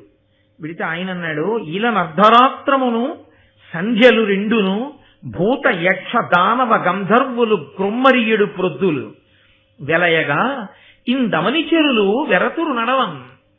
ఏమయ్యా, లోకంలో ఒక నీతి అన్నది ఒకటి ఉంది. అర్ధరాత్రి వేళ ఉభయ సంధ్యలలో, అంటే పూర్వ సంధ్య ఉత్తర సంధ్య, ఉదయం వేళ సాయంకాలం వేళ, అంటే ఇంకా చీకటి విడవక ముందు, ఈ 3 సమయాల్లోనూ కూడా అర్ధరాత్రి ఉభయ సంధ్యలలో ఒక్క భూతములు తిరుగుతాయి. యక్షులు తిరుగుతారు, దానవులు తిరుగుతారు, గంధర్వులు తిరుగుతారు. వీళ్ళు 4 తిరుగుతారు తప్ప మనుషులు వెరపు పొందుతారు తిరగడానికి. అందుకని తిరగకుండా వాళ్ళు ఉండిపోతారు. ఉండిపోతే పరమేశ్వరుడు ఏం చేస్తాడో తెలుసా అండి? ఉదారుడై స్వల్పకాలిక లయమిస్తాడు. పడుకోండ్రా అని నిద్రనిచ్చి ఇంద్రియాలకన్నిటికీ శక్తినిస్తాడు. అవేం చేస్తాయంటే ఈశ్వరుడు పెట్టిన నియతండి. మహానుభావుడు పరమశివుడంటే సామాన్యమా? ఆయన అనుగ్రహం. ఆయనేమన్నాడంటే ఈ భూతములకన్నిటికీ పగటి వేళ పడుకోమన్నాడు. మీ అందరూ పగటి వేళ పడుకోండి, మీ అందరికీ శక్తినిస్తానన్నాడు. ఇవన్నీ పగల పడుకుంటాయి, చీకటి పడ్డ తర్వాత మనం పడుకుంటాం. అవి లేచి తిరుగుతాయి. వాటి జోలి మనకుండదు, మన జోలి వాటికి ఉండదు. ప్రశాంతంగా ఈ లోకం అంతా నడవాలి. ఆయన పెట్టిన నియతి. మహాభారతంలోనే అనుశాసనిక పర్వంలో ఉంది. పరమేశ్వరుడు ఎందుకు శ్మశానంలో ఉంటాడు అన్నదానికి పార్వతీదేవితో చెప్తాడు, నేను అక్కడ ఉండకపోతే ఉగ్రభూతాలు ఊళ్ళో వెళ్ళిపోతాయి, అందుకని వాటి ముందు తినే నాట్యం చేసి అలా కూర్చోబెడుతుంటాను, అక్కడ భక్తులు పాడైపోకూడదని. అందరూ నన్ను పట్టుకుని అస్తమానం శ్మశానవాసి అని అదే పనిగా శివుడని చెప్పి ఏదో చేతకాని వాడన్నట్టుగా, అంటే నా సొమ్యం పోయిందని లేచి వెళ్ళిపోయినట్టు మీ బతుకులు బయటపడతాయండి. ఆయన గంధర్వుడైనా అంటే అర్జునుడు అన్నాడు, నడురే ఈ సంధ్యలందురు నడవగ నోడుదు రశక్తనరులు భయం పడుదుమే ఏ మెయ్యడన ఎప్పుడు నడుతుమ అధిక శక్తి పురుషులవగుటను. సామాన్యమైన మనుష్యులు ఎందుకు తిరగరో తెలుసా? వాళ్ళకి భూతములను నిగ్రహించగలిగిన శక్తి ఉండదు, రాక్షసులను నిగ్రహించగలిగిన శక్తి ఉండదు, లేకపోతే ఏదో గంధర్వుల్ని అణచగలిగిన శక్తి ఉండదు. అందుకని వాళ్ళు మనకి ఎందుకు వచ్చిన గొడవని బయటికి రాదు. మేము అటువంటి వాళ్ళం కాదు, మేము దివ్యమైనటువంటి స్థితిని పొందిన వాళ్ళం. సమస్త అస్త్ర శస్త్రములు మాకు తెలుసు కాబట్టి మేమే ఈ నలుగురిని అణచగలం. కాబట్టి ఇంకా మాకు మేము రాత్రి తిరగకూడదని ఏమిటి? ఎవరికి ఎంతవరకు అవసరమో అంతవరకే, అంతేకాని అది ఆ అవసరం లేని చోట తిరగకూడదు. తిరగకూడదని నియమం లేదు, అందుకని మేము తిరుగుతున్నాం. ఏదైనా ఒక ఆచారమో అన్నది ఉందనుకోండి, అది ఎందుకు పెడతారంటే దానివల్ల ఒక ప్రయోజనము కొరకు పెడతారు. అసలు ఏమీ ట్రాఫిక్ లేదు, ఇటు లేదు, అటు లేదు, ఇటు లేదు, అప్పుడు రెడ్ లైట్ పడింది, వెళ్ళిపోవచ్చా అని మీరు అడిగారు అనుకోండి, వెళ్ళిపోతే తప్పేం. ఎప్పుడు రెడ్ లైట్ పడితే ఆగమన్నారంటే ట్రాఫిక్ ఎక్కువగా ఉంటే, అదేదో పొరపాటును వదిలేశారు. తెల్లవారుజామున 3 గంటలకి నువ్వు వెళ్తుంటే కనుచూపు మేరలో వెళ్ళి అదేదో వెలిగింది రెడ్ లైట్, నువ్వు అకస్మాత్తుగా అప్పుడు మాత్రం గౌరవం చూపించి అలా నిలబడిపోవాల్సిన అవసరం ఏమి ఉండదు, వెళ్ళిపోవచ్చు. అప్పుడు అదేం పెద్ద, అప్పుడు అది ఆచారం ఏం కాదు. అలాగే లోకంలో ఆ ప్రయోజనాన్ని బట్టి ఆచారం వస్తుంది. ఆషాఢ మాసంలో ఏదో అదేంటి అల్లుడు కూతురు కలిసి ఉండకూడదు, అత్తారింట్లో అమ్మాయి ఉండకూడదు, పుట్టింటికి తీసుకెళ్లిపోతారు. ఎందుకు? ఏమి ఆషాఢ మాసంలో కలిసి ఉండకపోవడం ఏంటి? అసలు ధర్మమే భార్య భర్త కలిసి ఉండరు. ఆషాఢ మాసంలో కలిసి ఉంటే వచ్చిన ఉపద్రవం ఏంటి? ఆషాఢ మాసం తొలకరి, వర్షాలు పడతాయి. ఆ వాన పడేటప్పటికీ గబగబా నాగలి పట్టుకుని వెళ్లి భూమిని దున్నాలి. ఆ భూమిని దున్నితే ఒక్క గింజ వేస్తే పుట్టిడి గింజలు దొరుకుతాయి. వచ్చే ఇబ్బందల్లా ఎక్కడ వస్తుందంటే, సాధారణంగా మనకి దక్షిణ దేశం వైపు అంతా ఎదుర్వేదం వాళ్ళు ఎక్కువ మంది ఉంటారు. ఆ ఎదుర్వేదంలో మళ్ళీ ఆపస్తంభ సూత్రులు ఉంటారు. ఈ ఆపస్తంభ సూత్రులకి ఇతరత్ర దక్షిణ దేశ మర్యాదను అనుసరించి మనం ఏం చేస్తామంటే, సాధారణంగా చైత్ర మాసంలోనూ వైశాఖ మాసంలోనూ పెళ్లి ముహూర్తాలు చాలా ఎక్కువ ఉంటాయి. మూఢం వెళ్ళిపోనివ్వండి, మీరు చూద్దరు కానీ చాలా ఎక్కువ ఉంటాయి పెళ్లి ముహూర్తాలు. ఇన్ని పెళ్లి ముహూర్తాలు ఉన్న తర్వాత ఏమవుతుందంటే, పెళ్లి అయ్యేది చైత్రము వైశాఖములో పెళ్లి అవుతుంది, ఏ జ్యేష్ఠ మాసంలోనో పిల్ల కాపురానికి వస్తుంది. ఆషాఢ మాసం అప్పటి వరకు ఏదో వేసవి, రాత్రి అయ్యేటప్పటికి వేడి, ఉక్కపోత, చికాగ్గా ఉంటుంది. ఆషాఢ మాసం వచ్చేప్పటికి బయట వర్షం పడుతుంటే చల్లగా హాయిగా ఉండి ఈయన ఏం చేస్తాడంటే, తెల్లవారుజామున వర్షం పడుతుంటే లేచి నాగలి పట్టుకుని వెళ్ళడు. కొత్తగా పెళ్ళయింది కదా, భార్యతో కలిసి ఉండిపోతాడు. పాపం మామగారు ఏం చేయాలి? కొడుకు పడుకుంటుపోయాడు, నేను వెళ్ళగానే ఆయన పడుకుంటాడా? పెద్ద ఆయన నాగలు పట్టుకుని ఆయన వెళ్తాడు పొలానికి. ఆ అమ్మాయి 7:00 లేస్తుంది, వీడు 7:30కి లేస్తాడు. అత్తగారు చిటపట్లాడంటుంది, వాడికంటే బుద్ధి లేదు, నీకైనా ఉండద్దా? పెద్ద ఆయన మీ మామగారు వెళ్ళారు పొలానికి, నువ్వు లేపి పంపించద్దా? అలా మీ ఆయన్ని పెట్టుకుని నువ్వు పడుకుంటే మనకు అన్నం ఎక్కడి నుంచి వస్తుందండి? ఆ సమయంలో కాదంటే భర్తతో గొడవ, ఊరుకుంటే అత్తగారితో గొడవ. ఈ గొడవ లేకుండా వాళ్ళకి సమృద్ధిగా ఏడాది అన్నం దొరకాలంటే ఆషాఢ మాసం ఆడపిల్లని పుట్టింట్లో పెట్టుకుంటారు. అది ప్రతి ఏడాది అక్కర్లేదు, ఒక ఏడాది చాలయా, ప్రతి ఏడాది ఇంటికి అక్కర్లేదు. ఆ గొడవ వాళ్ళకి తెలిసి వస్తుందండి. ఎక్కడ ఆచారం? అంతేగాని సాఫ్ట్వేర్ ఇంజనీర్కి పిల్లలు ఇచ్చారనుకోండి, ఆషాఢ మాసంలో మీ ఇంటికి ఎందుకు? వాడేమో నాగలెట్టుకుంటాడా, పొలానికి వెళ్తాడా? కాబట్టి అది ఎక్కడ ఆచారమో అక్కడి ఆచారము. ఆచారము అనగా పాటింపబడునది. ఎవరికి అది ఆచారమో అది వారికి. జ్వరంతో ఉన్నవాడు వాడు పడుకుంటాడు, వాడికి అది ఆచారం.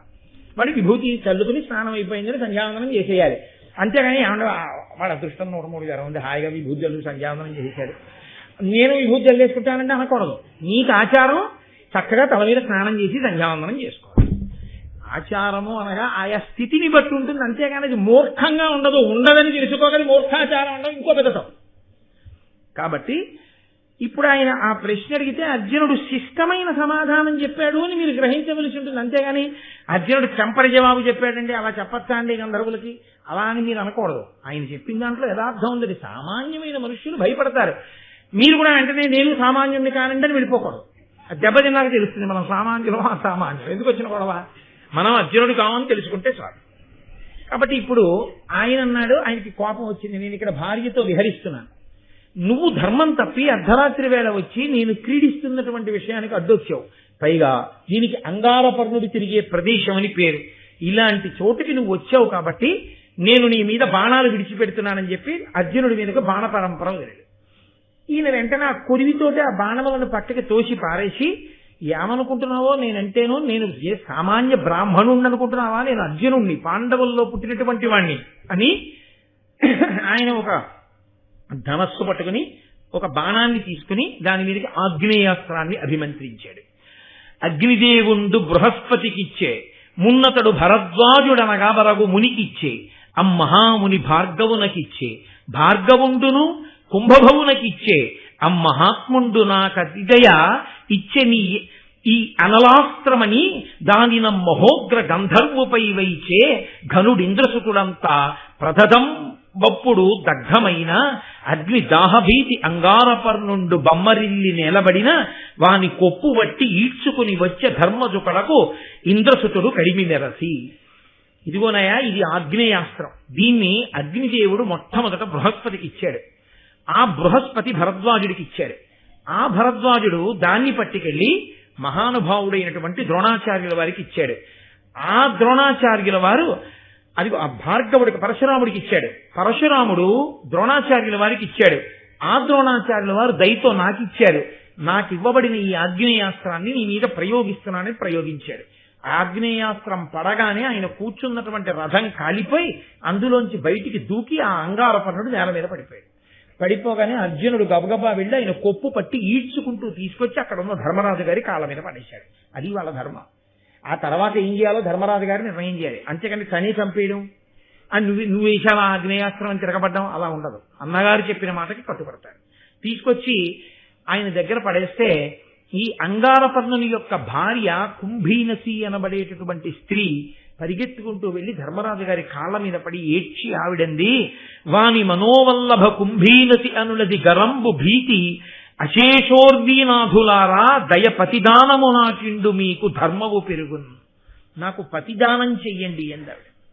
నా భర్త మీ అధీనంలో ఉన్నాడు, ఇప్పుడు నాకు మళ్ళీ ఇస్తే మీరు పతిని దానం చేసినట్టు. లోకంలో పతిదానం కన్నా గొప్ప దానం లేదు. కాబట్టి ఈ మాట ఎక్కడ వాడుతున్నారు చూశాను. మళ్ళీ ఈ పతిదానం అన్న మాటని అద్భుతంగా వాడింది ఆ శ్రీరామాయణంలో కిష్కింధకాండలో ఆ తార వాడింది, వాలి భార్య. రాముడిని తిడుతుందనుకున్నారు అందరూ. వాలి చనిపోయిన తర్వాత రాముడి దగ్గరికి వెళ్ళండి, లోకంలో అన్నిటికన్నా గొప్ప దానం పతిదానమే, పతికి సతిదానం. నా భర్తకి నేనంటే చాలా ఇష్టం, పైలోకంలోకి వెళ్ళి బాధగా నించుంటాడు నా కోసం, ఆయనకి సతిదానం చెయ్యి, ఆ బాణంతోని నన్ను చంపే వెళ్ళిపోతాను ఆయన దగ్గరికి. అలా ఇక్కడ నన్నయ్య గారు పతిదానం అన్నమాట వేశారు. ఆయన ఆవిడంది ఆ కుంభీనసి, పతిదానం చేయవయ్యా నాకు, నేను నా భర్తతో సంతోషంగా ఉంటాను అంటే వెంటనే ధర్మరాజు గారు అర్జునుడితో అన్నారు, ఆయన ఎప్పుడు మాట్లాడినా ధర్మమేనండి. ఇదే వాళ్ళ జీవితాన్ని మలుపులు తిప్పి ఐశ్వర్యం వైపుకి తీసుకెడుతూ ఉంటుంది అని అరచుతున్న దానికి అనఘుడు కరుణించి పాండవాగ్రతుడై అర్జును చూచి వీని విడువుమోయని ఓడినవాని హీను అపగత శౌర్యం. ఇదిగోనయా ఆవిడ ఏడుస్తోంది ఇతన్ని విడిచిపెట్టేసి. ఎందుకో తెలుసా, ధర్మము అని ఒక మాట ఉంది కదా, ఓడిపోయిన వాణ్ణి, పరాక్రమము హీనమైపోయిన వాణ్ణి, శౌర్యము నశించిపోయిన వాణ్ణి ఏమీ చేయకూడదు. కాబట్టి విడిచిపెట్టేశారు. ఆ అంగారపర్ణుడిని వెంటనే విడిచిపెట్టేశారు. విడిచిపెట్టేస్తే ఆయన అన్నాడా గంధర్వుడు అని, నీ చేత పరాజితుండనయి నా అంగారపర్ణత్వం ఇంకను దాల్పన్ మదినంత నిర్లజ్జుడనే, గర్వం వడంగన్ రణంబునము నోడియు పూర్వనామమున పెంపున్ గర్వముందాల్చువాడనగా సత్సబలందు మెచ్చబడునే హాసాస్పదీ భూతుడై. నీ చేత ఓడింపబడి మళ్లీ ఈమెకి ప్రతిదానం చేయబడిన తరువాత కూడా నేను పూర్వం పిలువబడినటువంటి అంగారపర్ణుడు అన్న పేరుతో పిలువబడను.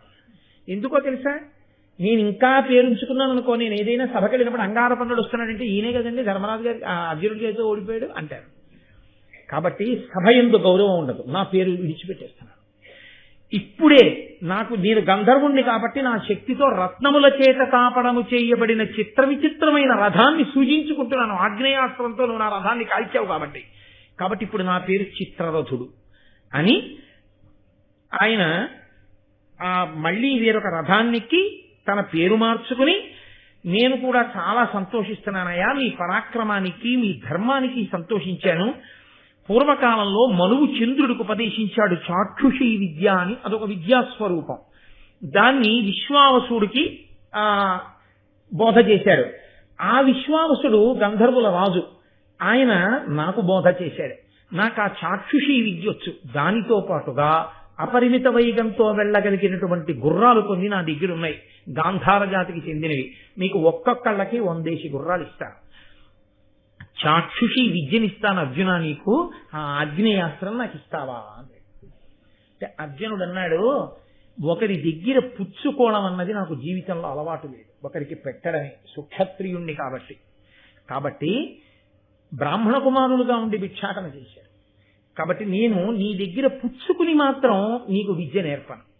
నువ్వు కానుకగా ఏదో 100 గుర్రాలు ఇస్తానంటున్నావు, ఈ చాక్షుషీ విద్య నాకు ఇస్తానన్నావు, అక్కర్లేదు, నేనే నీకు ఆగ్నేయాస్త్రం ఇస్తాను, తీసుకో అని చెప్పి ఆగ్నేయాస్త్రాన్ని ఇవ్వడానికి సిద్ధపడ్డాడు. సిద్ధపడితే ఆయన అన్నాడు, అవునులే మీరు తాపత్యులు కదా. అర్జునుడికి అనుమానం వచ్చి, మమ్మల్ని తాపత్యులు అంటున్నావేమిటి అన్నాడు.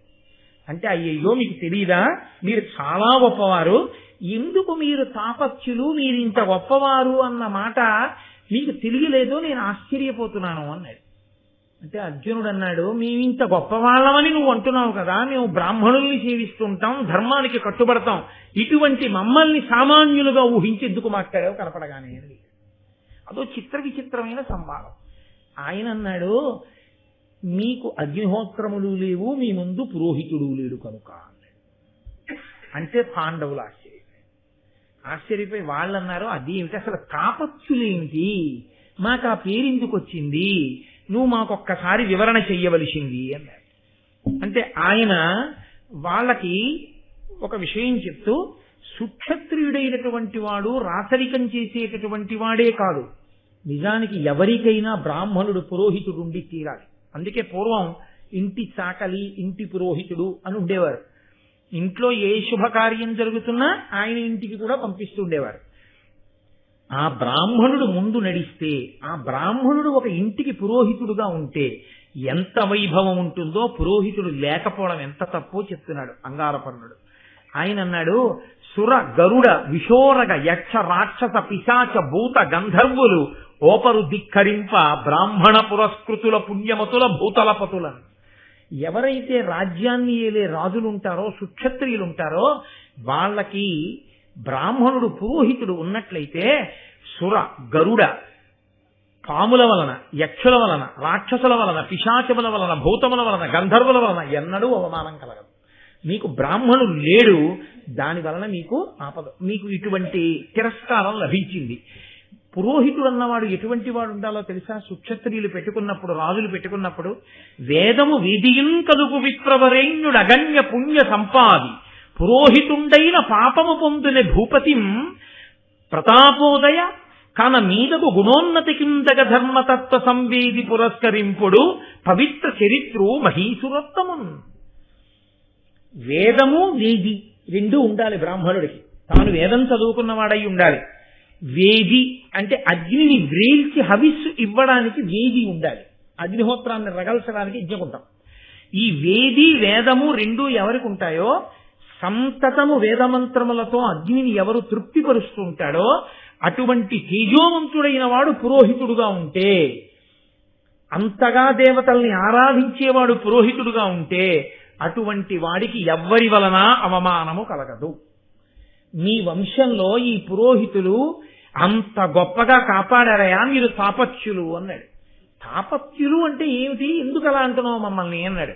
మీరు తపతి సంతతి వారు. ఆదిత్యుడికి, సూర్యునికి సావిత్రి అని ఒక కూతురు. ఆ సావిత్రి యొక్క చెల్లెలు తపతి. ఈ సావిత్రి యొక్క చెల్లెలైనటువంటి తపతి చాలా గొప్ప అందగత్తె. ఈ అందగత్తి అయినటువంటి పిల్లకి మంచి వరుణ్ణి ఎలా తీసుకురావాలి అని సూర్య భగవానుడు మనసులో ఖేదపడుతున్నాడు. ఆడపిల్ల ఉన్నవాడు మంచి అల్లుడి కోసం ఆలోచన చేస్తుంటాడు కదండి. అందుకని ఆయన ఆలోచిస్తూ అజామీఢుని యొక్క పుత్రుడైనటువంటి సమ్మరుణుడు అనబడేటటువంటి రాజు ఈ మీ భరత వంశంలోనే పుట్టాడు. గొప్ప తేజోశాలి. ఆకాశ మండలంలో సూర్యుడు ఎంత తేజోమూర్తో, భూమి మీద సమ్మరుణుడు అంత తేజోమూర్తి. ఆ సమ్మరుణునికిచ్చి తన కుమార్తెని వివాహం చెయ్యాలనుకున్నాడు. ఆ సూర్యుడికి ఎంత ప్రీతి అంటే సంవరుని యందు గగనమునందు నిందునధిక ప్రభ నేను వెలుంగునట్టి జగతి ప్రసిద్ధుడై వెలుగు సంవరునండు మదీయ పుత్రికింతగు పతి వీనికిచ్చద ముదంబున ఈ లలితాంగినంచు మానుగ ఎడ నిశ్చయించి తపనుండు తదీయ తప ప్రసన్నుడై. ఆ సంవరుణుడు చేసేటటువంటి తపస్సు, పూజ, ధర్మము, రాజ్య పరిపాలన, శౌర్యము, పరాక్రమము, వీర్యము, తేజస్సు వీటికి ఇష్టపడినటువంటి వాడైనటువంటి సూర్యుడు తన కుమార్తె అయిన తపతిని సంవరుణుడికిచ్చి వివాహం చేద్దామనుకున్నాడు. కొంతకాలం అయింది. సంవరుణుడు వేటకెళ్ళాడు.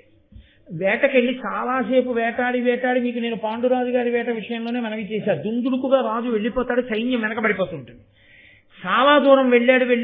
ఇక గుర్రం వెళ్ళలేక నేల మీద పడిపోయి, ఈయన మాత్రం గుర్రాన్ని దిగిపోయి పక్కనే కనపడుతున్న ఎత్తైన కొండపైకి వెళ్ళి చూస్తున్నాడు. చుట్టూ ఎక్కడైనా మన వాళ్ళు ఎక్కడున్నారు ఏమిటని చూస్తుండగా ఆయనకి ఈ తపతి ఎక్కడ కనపడింది. మహామోహనాంగి ఆవిడ్ని చూసి ఈయన వెంటనే చాలా సంతోషించి ఆమె యందు అనురక్తుడై నువ్వెవరు అని అడిగాడు. ఉత్తర క్షణంలో అంతర్ధానం అయిపోయింది. అంతర్ధానం అయిపోగానే ఇన్నాళ్లు ఏడవడం అంటే ఏమిటో తెలియని రాజు దుఃఖాన్ని పొంది నేను ఇంతగా మనసు పడినటువంటి స్త్రీ కనపడకుండా పోయిందని నేల మీద పడి రోధిస్తున్నాడు. ఆమె మళ్ళీ కనపడింది. ఇదేమయ్యా, ఇంత రాజువి, ఇంత తేజోవంతుడివి, ఇలా ఎందుకు దుఃఖిస్తున్నావు అని అడిగింది. ఆయన అన్నాడు, నేను నీ గురించే దుఃఖిస్తున్నాను, నిన్ను నా పత్నిని చేసుకోవాలనుకున్నాను అన్నాడు. ఆవిడంది, నీకు తెలియదా ధర్మం లోకంలో ఆడపిల్ల స్వతంత్రించి తనకు తానుగా వరుణ్ణి ఎంచుకోకూడదు. నీవు నన్ను భార్యగా పొందాలంటే మా నాన్నగారి గురించి జపము తపస్సు చెయ్యి. బాగా నువ్వు ఆయన గురించి పూజ చేస్తే, ఆయన ప్రీతి చెందితే, ఆయన ప్రత్యక్షమై నన్ను నీకు భార్యగా ఇస్తే నేను తప్పకుండా నీకు పత్నినవుతాను. ఆయన వెంటనే అక్కడే కూర్చుని జపము, జాగ్రత్తగా సూర్య భగవానుడికి నమస్కారములు మొదలైనటువంటివి ప్రారంభం చేశాడు. కొంతకాలం అలా చెయ్యగా ఆ తపస్సులా నడుస్తుండగా ఆయనకి తన ఇంటి పురోహితుడైనటువంటి వశిష్ఠ మహర్షి జ్ఞాపకానికి వచ్చాడు. నేను ఇంత కష్టపడుతున్నాను, మహానుభావుడు తేజోమూర్తి మా పురోహితుడైనటువంటి వశిష్ఠ భగవానుడు వచ్చి ఉంటే నన్ను ఈ పాటికి గట్టెక్కిద్దురు అనుకున్నాడు. ఆయన అలా అనుకోగానే ప్రతిహతరాగ కోపభయు బంకరుహ ప్రభవ ప్రభావు దూరిత దురితున్ మునీశ్వర వరిష్ఠు వశిష్ఠ మహామునిన్ పురోహితు నతిభక్తితో తలచే ఇష్టమిరింగి వశిష్ఠుడున్ సమాహితమతి నీగుదించక నియం ప్రభు సంవరుణున్ ప్రియంబునన్.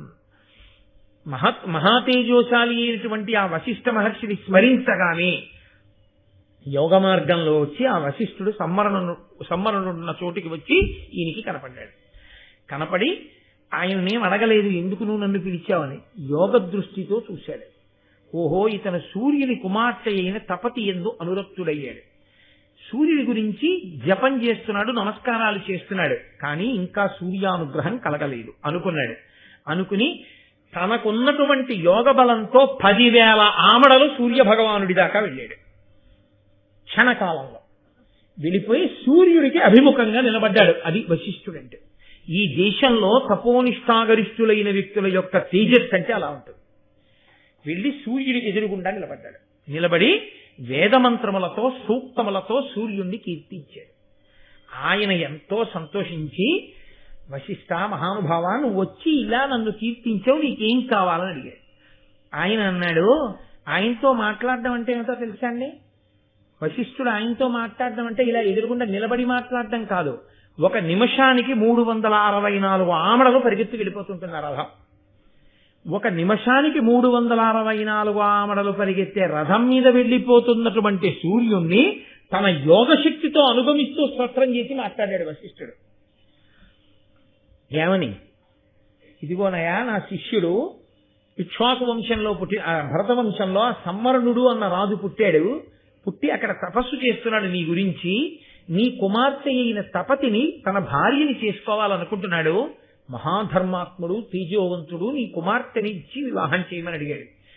నీ అంత పెద్దవాడు వచ్చి అడిగితే కాదంటానా? తప్పకుండా. నువ్వే నా కుమార్తెని తీసుకెళ్లి సశాస్త్రీయంగా వాళ్ళిద్దరికీ వివాహం చేయమని వశిష్ఠుడికి తన కుమార్తె తపతిని ఇచ్చి పంపించాడు సూర్యుడు. వశిష్ఠుడు ఆ తపతిని తీసుకుని వచ్చాడు. వచ్చి సశాస్త్రీయంగా ఈ సంవరుణునకు తపతికి వివాహం చేయించాడు. వాళ్ళిద్దరికీ వివాహం జరిగినటువంటి కారణంగా 12 సంవత్సరముల పాటు ఆ తపతితో విహారం చేస్తూ కాలాన్ని మరిచిపోయి ఉండిపోయాడు రాజు. రాజు కాలాన్ని మరిచిపోయి ఉండిపోవడం వల్ల రాజు తన ధర్మాన్ని విడిచిపెట్టేశారు కదా. రాజ్యపాలన నెలకి ఒక వాన పడాలి, ఆగిపోయింది. రాజు లేకపోతే లోకం ధర్మం తప్పుతుంది కాబట్టి వానలు ఆగిపోయి, వానలు ఆగిపోతే క్షామం వచ్చింది. అప్పుడు మళ్ళీ వశిష్ఠ మహర్షి జోక్యం చేసుకుని వైదికమైన శాంతి పౌష్టిక కర్మలన్నింటినీ చేసి రాజుని రాజ్యానికి తీసుకొచ్చి సింహాసనం మీద కూర్చోబెడితే మళ్ళీ వర్షాలు పడి క్షామం పోయి రాజ్యమంతా సుభిక్షమైంది. కాబట్టి మీ వంశంలోనే అదిగో ఆ సంవరణుడికి తపతినిచ్చి వివాహం చేయడమే కాదు, ఆ తపతికి సంవరణుడికే కురు అనబడేటటువంటి మహానుభావుడు పుట్టాడు. ఆ కురువంశంలో పుట్టిన వాళ్లే మీరందరూ, కాబట్టి మిమ్మల్ని కౌరవులని పిలుస్తారు. అంతటి గొప్ప వంశకర్త పుట్టాడంటే తపతి అనబడేటటువంటి గొప్ప సుక్షేత్రము సంవరణుడికి లభించింది. ఎవరి వలన? ఇంటి పురోహితుడి వలన. ఇంటి పురోహితుడు సమర్థుడైతే రాజ్య పరిపాలనలో వచ్చిన క్షామాన్ని కూడా తొలగతోశాడు. పురోహితుడు చేసిన పెళ్ళయ్యా మీ వంశంలో ఒక పెళ్లి. కాబట్టి ఇప్పటి వరకు మీకేం తెలుసు అంటే చాలా గొప్పగా ఉన్నటువంటి మగవాళ్లు కొంతమంది తెలుసు.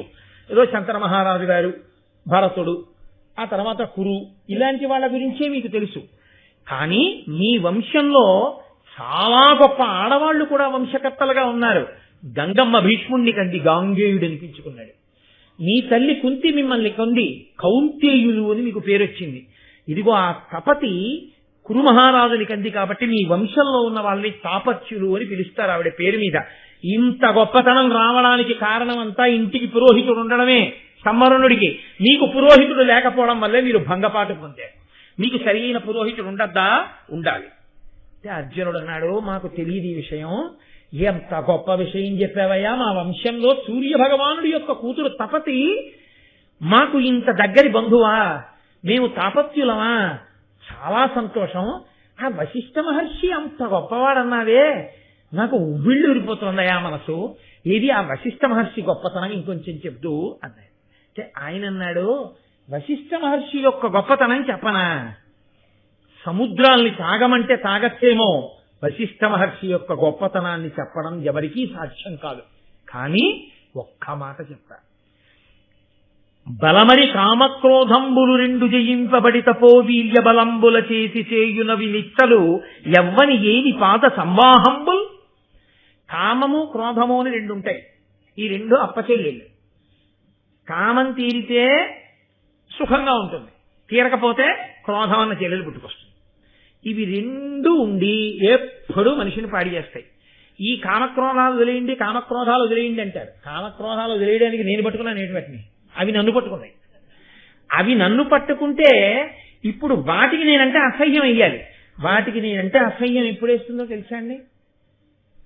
జలగ మిమ్మల్ని పట్టుకుంది అనుకోండి, అయ్యో నేను జలగని వదిలేయండి అన్నారు అనుకోండి, జలగని వదిలేయడానికి జలగని నేను పట్టుకుంటే కదా వదిలేయడానికి. మీరు వదులుచుకుందామని లాగారనుకోండి, అది సాగుతుంది. అందుకే జలగ సాగినట్టు సాగాడండి అంటారు. అది వదలదు మిమ్మల్ని. అప్పుడు ఏం చేయాలి? మీరు కాస్త ముగ్గట్టుకొచ్చి అలా వేశారనుకోండి, అది తుప్పని ఉడికి పడిపోతుంది. దానికి అసహ్యం ముగ్గంటే, దానికి అసహ్యమైంది పట్టుకోవాలి. కామక్రోధాలు విడిచిపెట్టేయాలంటే ఏం పట్టుకోవాలో తెలుసా? గురువు గారి పాదాలు పట్టుకోవాలి. లోకంలో ఎంతమంది పట్టుకున్నా కామక్రోధాదులు విడిచిపోయేటట్టుగా అంత దివ్యమైన తపస్సు చేసిన మహాపురుషుని యొక్క పాదములు, ఆ పాదములు వశిష్ఠుడివి. ఆ పాద సంవాహనం చేస్తే, ఆ పాదములు పట్టుకుంటే, ఆ కాళ్ళు ఒత్తితే కామక్రోధములు విడిచిపెట్టేస్తాయి. అంతటి మహానుభావుడయా వశిష్ఠుడంటే. ఆ వశిష్ఠుడు కామధేనువు యొక్క బిడ్డ నందిని ఆయన దగ్గర ఉండేది. ఆ నందిని ఆయన పెంచుతూ హవ్యకవ్యములను నడుపుతున్నాడు. హవ్యము అంటే దేవతలను ఆరాధించడం, కవ్యము అంటే పితృదేవతలను ఆరాధించడం. ఒకానొకప్పుడు విశ్వామిత్రుడు వచ్చాడు. విశ్వామిత్రుడు వచ్చి చాలా పెద్ద సైన్యంతో వస్తే వశిష్ఠ మహర్షి అన్నారు, మీ అందరూ ఆతిథ్యం తీసుకోండి అన్నారు. అబ్బాయి మీరేదో ఆశ్రమంలో ఉన్నారు, పాపం ఇంతమందికి ఏం పెడతారులేండి అన్నాడు. ఏమీ బెంగపెట్టుకోకండి, మేము పెడతామని చెప్పి నందిని పిలిచి వీళ్ళందరికీ ఎవరెవరికి ఏది ఇష్టమో అది పెట్టమన్నారు వశిష్ఠ మహర్షి. అంతే, ఎవరికి ఏది ఇష్టమో అవన్నీ సృజించింది ఆవిడ, ఆ ధేనువు, ఆ ఆవు దూడ. అంతే, ఇంతమందికి ఇన్ని పెట్టేస్తే విశ్వామిత్రుడు తెల్లబోయాడు. తెల్లబోయి ఆయన అన్నాడు, నీ దగ్గర ఎందుకయా ఈ ఆవు ఇంత గొప్పది, నాకు ఇచ్చేసేయి, నీకు 1,00,000 పాడి ఆవులు ఇస్తానన్నాడు. నువ్విచ్చే 1,00,000 పాడి ఆవులు ఎవరికి కావాలయా, నా హవ్య కవ్యములు దీని వల్ల నడుస్తున్నాయి, నాకు ఈ నందిని భేరువు కావాలన్నాడు వశిష్ఠుడు. నేను రాజుని, రత్నహారీచ పార్థివా అంటాడు రామాయణం బాలకాండలో విశ్వామిత్రుడు. ఎక్కడ రత్నం ఉన్నా రాజుది, కాబట్టి నేను తీసుకుపోతా, అసలు నేను అడగడం నా తప్పు, అడగాలని ఎక్కడుంది నేను పట్టుకుపోతాను అన్నాడు. ఊరుకున్నాడు వశిష్ఠుడు. పట్టుకుపోయాడు. పట్టుకుపోతుంటే ఆ ధేనువు తప్పించుకుని వెనక్కి వచ్చి ఆవిడ అంది, నన్ను ఎందుకు విడిచిపెట్టావంది. నేనేమీ విడిచిపెట్టలేదు, ఆయన పట్టుకుపోతున్నాడు. అంటే నేను నీ దగ్గరే ఉండాలనుకుంటున్నాను, ఉండు, నిన్ను నేను రక్షించేదే ఉంది, నువ్వే రక్షించుకోగలవు అంతే.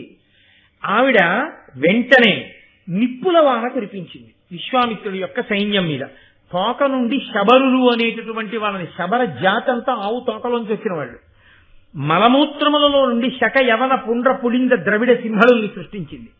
నురుగులోంచి దరదబర్బురులు అనబడేటటువంటి వాళ్ళని, దరదర్బురులు అనబడేటటువంటి జాతిని సృజించింది. వీళ్ళందరూ విశ్వామిత్రుడి సైన్యం మీద పడి వాళ్ళందరినీ కూడా తెగటారిస్తే విశ్వామిత్రుడు ఓడిపోయి వెళ్ళిపోయి ఆ తర్వాతి కాలంలో చాలా కాలానికి బ్రహ్మర్షిత్వం పొందాడు. ఈ బ్రహ్మర్షిత్వం పొందే లోపల చాలా పెద్ద కథ నడిచింది. వశిష్ఠ మహర్షి గొప్పతనం అంటే ఏమిటో చెప్తున్నాను, మీరు అడిగావు కాబట్టి. ఆ వశిష్ఠ మహర్షి 9 కొడుకులు. 9 కొడుకులలో పెద్దవాడు శక్తే పౌత్రమకల్మషం పరాశరాత్మజం వందే శుకతాతం తపోనిధిం అని మనం వ్యాస భగవానుడి గురించి స్తోత్రం చేస్తాం. ఆ వశిష్ఠుని యొక్క 9 కుమారులలో పెద్దవాడు ఆ శక్తి మహర్షి, మహానుభావుడు, బ్రహ్మజ్ఞాని.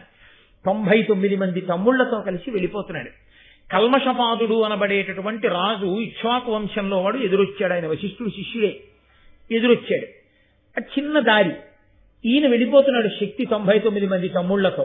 రాజు ఎదురుగుండా వచ్చాడు ఆ వాహనం మీద. వచ్చి అన్నాడు, పక్కకి తప్పుకో అన్నాడు.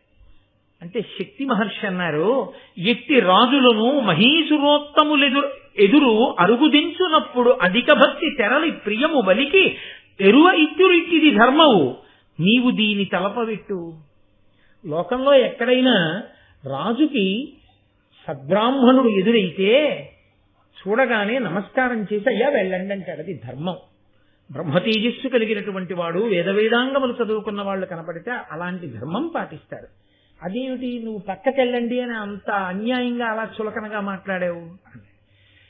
ఆ రాజు కోపం వచ్చి నేను ధర్మంలోనే ఉన్నానని కొరడా తీసి ఆ శక్తి మహర్షిని కొట్టాడు. ఆయన శాపవాక్కు విడిచిపెట్టాడు. ఏమంటే కొడితేనే శాపం ఇచ్చేసేంత తక్కువ నిగ్రహ శక్తి వాళ్ళది అని మీరు అనుకోకండి. శక్తి మహర్షి వంటి బ్రహ్మజ్ఞానిని కొరడాతో కొట్టినటువంటి పాపానికి రౌరవాది నరకములు పట్టిపోవాలి కల్మషపాదుడు. ఎక్కడ పాడైపోతాడో అని అనుగ్రహించడం కోసమని ఆయనే కొంత శిక్ష వేసి విడిచిపెట్టేస్తే గొడవ వదిలిపోతుంది. తక్కువ శిక్ష వేయడం కోసమని శాపవాక్కు విడిచిపెడతారు. అందుకే శాపానుగ్రహము అంటారు శాపాన్ని. ఆయన అన్నాడు, 12 సంవత్సరముల నరమాంసము తినే రాక్షసుడవగుదువుగాక అని. ఇప్పుడు ఈ కల్మషపాదుడు నరమాంసము భక్షించే రాక్షసున్నవడమా, నాకు శాప విమోచనం ఇవ్వండి అని ఆయన కాళ్ళ మీద పడే లోపల వశిష్ఠుడి మీద కక్ష పెట్టుకుని ఉన్నాడు కదా విశ్వామిత్రుడు. అందుకని ఇంకా అప్పటికి బ్రహ్మర్షి కాలేదు. ఆయన కింకరుడు అనబడేటటువంటి ఒక రాక్షసుణ్ణి సృష్టించి కల్మషపాదుడిలోకి అనుప్రవేశం చేయించాడు ఆ శాపవాక్కుని ఆధారంగా. రాక్షసత్వం వచ్చినప్పుడు సింహాసనం మీద కూర్చునేవాడు కాదు, రాక్షసత్వం లేకపోతే వచ్చి కూర్చుని పరిపాలన చేసేవాడు. ఒకనాడు రాక్షసత్వం లేని స్థితిలో కూర్చునున్నాడు కల్మషపాదుడు. కూర్చునుండగా ఒక బ్రాహ్మణుడు వచ్చి అన్నాడు, మహారాజా నాకు మాంసాహారంతో అన్నం పెట్టించండి అన్నాడు. అదేమిటండి అలా అడగచ్చా, బ్రాహ్మణుడు ఏమిటి మాంసాహారంతో అన్నం ఏమిటని మీకు అనుమానం రావచ్చు. ఆ యుగం వరకు అది ధర్మం. బ్రాహ్మణులు మాంసంతో అన్నం తినేవారు. తద్దినం పెట్టేటప్పుడు కూడా పితృదేవతలకి తద్దినం పెడితే కూడా మాంసంతో పెట్టాలి.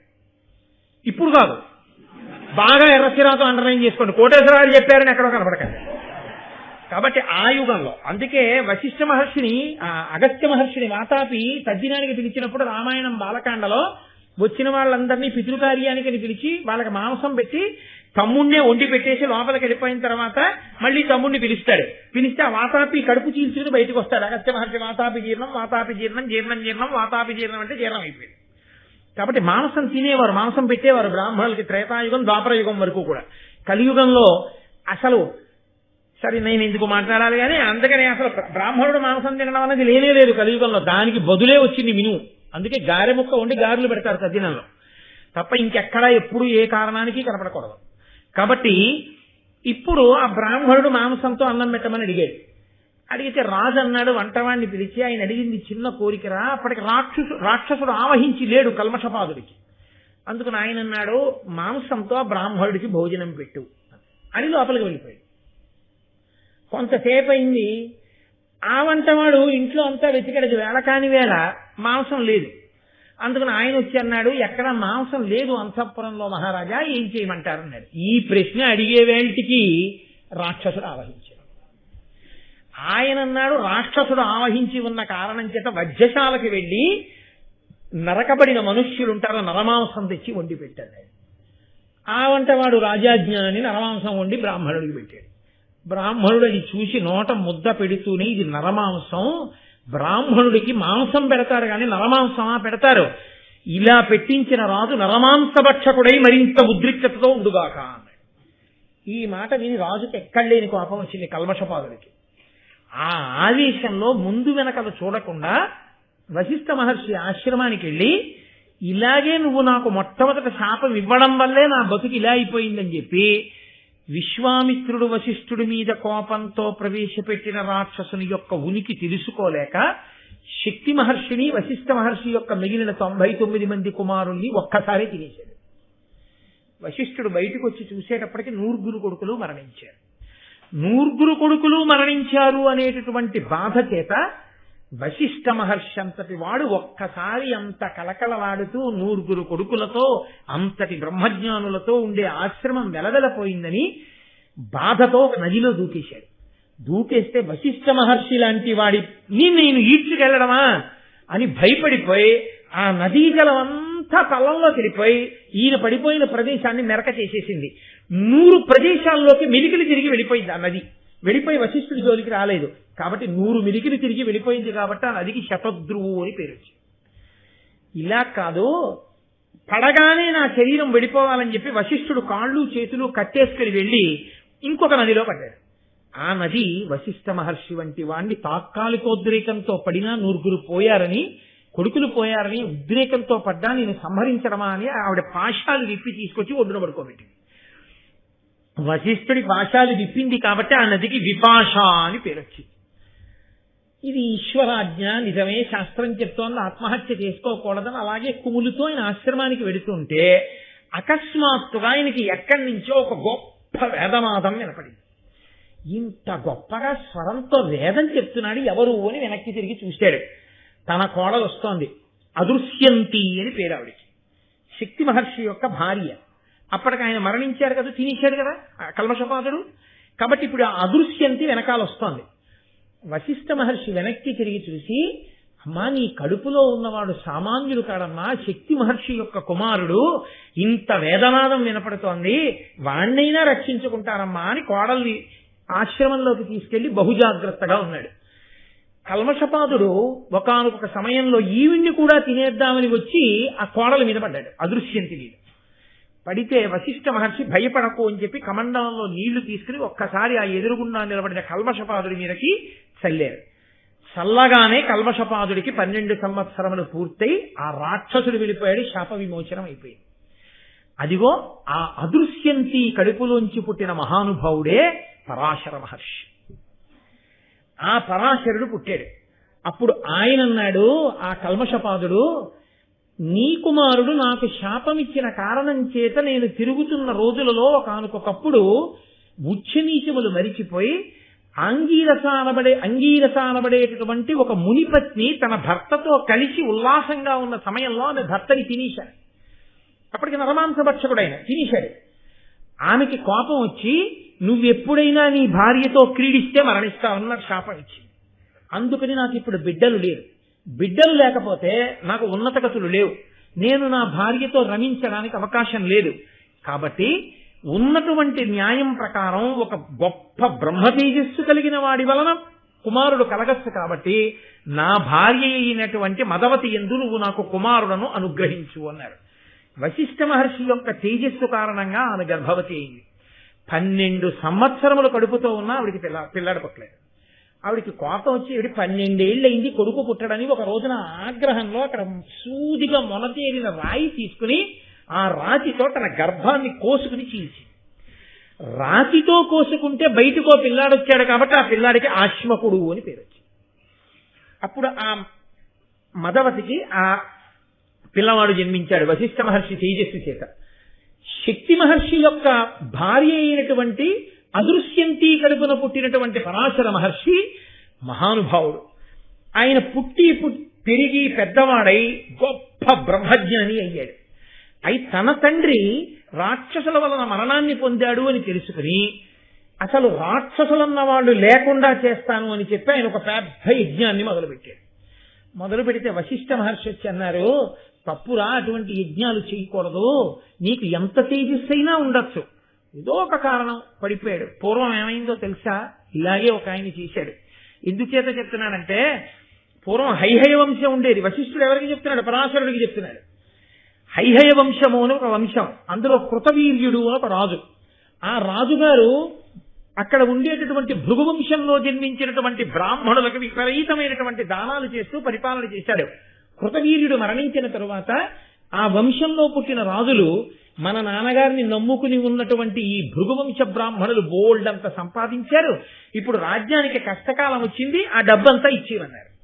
కొంతమంది బ్రాహ్మణులు ఇచ్చారు, కొంతమంది ఇవ్వకుండా భూమిలో పాతి పెట్టారు. పాతి పెట్టారన్న కోపంతో ఈ హైహయ వంశంలో కృతవీర్యుని యొక్క వంశంలో పుట్టినటువంటి రాజకుమారులు భృగువంశంలో ఉన్నటువంటి బ్రాహ్మణులందరినీ పట్టుకుని చంపించారు. చంపేయడమే కాకుండా వాళ్ళ పత్నుల కడుపులలో ఉన్న పిల్లలు కూడా చచ్చిపోవాలని ఆ పత్నుల్ని కూడా చంపించారు.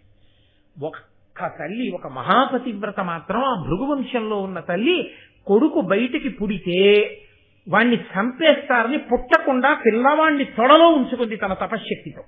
ఉంచుకుని 100 సంవత్సరములు కాపాడింది. ఆవిడ తొడలో పిల్లవాడున్నారని తెలిసి ఆవిడ్ని చంపడానికి వచ్చారు. వెంటనే ఆ తొడలోంచి ఆ పిల్లవాడు బయటపడ్డాడు. పుడుతూనే దివ్యమైన తేజస్సుతో 100 సూర్యుల ప్రకాశంతో చూశాడు. హైహయ వంశ రాజులందరి కళ్ళు పోగానే వాళ్ళు వచ్చి ఆవిడ కాళ్ళ మీద పడి, అమ్మా మాకు మళ్ళీ చూపు వచ్చేటట్టు చెయ్యి అన్నారు. అంటే ఆవిడంది, నేను చేయడం ఏమిటయా, సూర్యుని యొక్క తేజస్సుతో మహానుభావుడిగా పుట్టాడు నా కుమారుడు ఔరుడు అంటారు, ఆ ఔరుడి కాళ్ళ మీద పడండి, ఆయన రక్షిస్తాడని. అంటే ఆయన వీళ్ళందరికీ కళ్ళు వచ్చేటట్టు చేసి ఇంత బాధ పెట్టారు కాబట్టి మా తండ్రుల్ని లోకాల్ని నశింపచేస్తానని ఒక యజ్ఞం మొదలెట్టాడు. యజ్ఞం మొదలుపెట్టి ఆయన యజ్ఞం మొదలు పెడితే ఆయన పితృదేవతలందరూ వచ్చారు.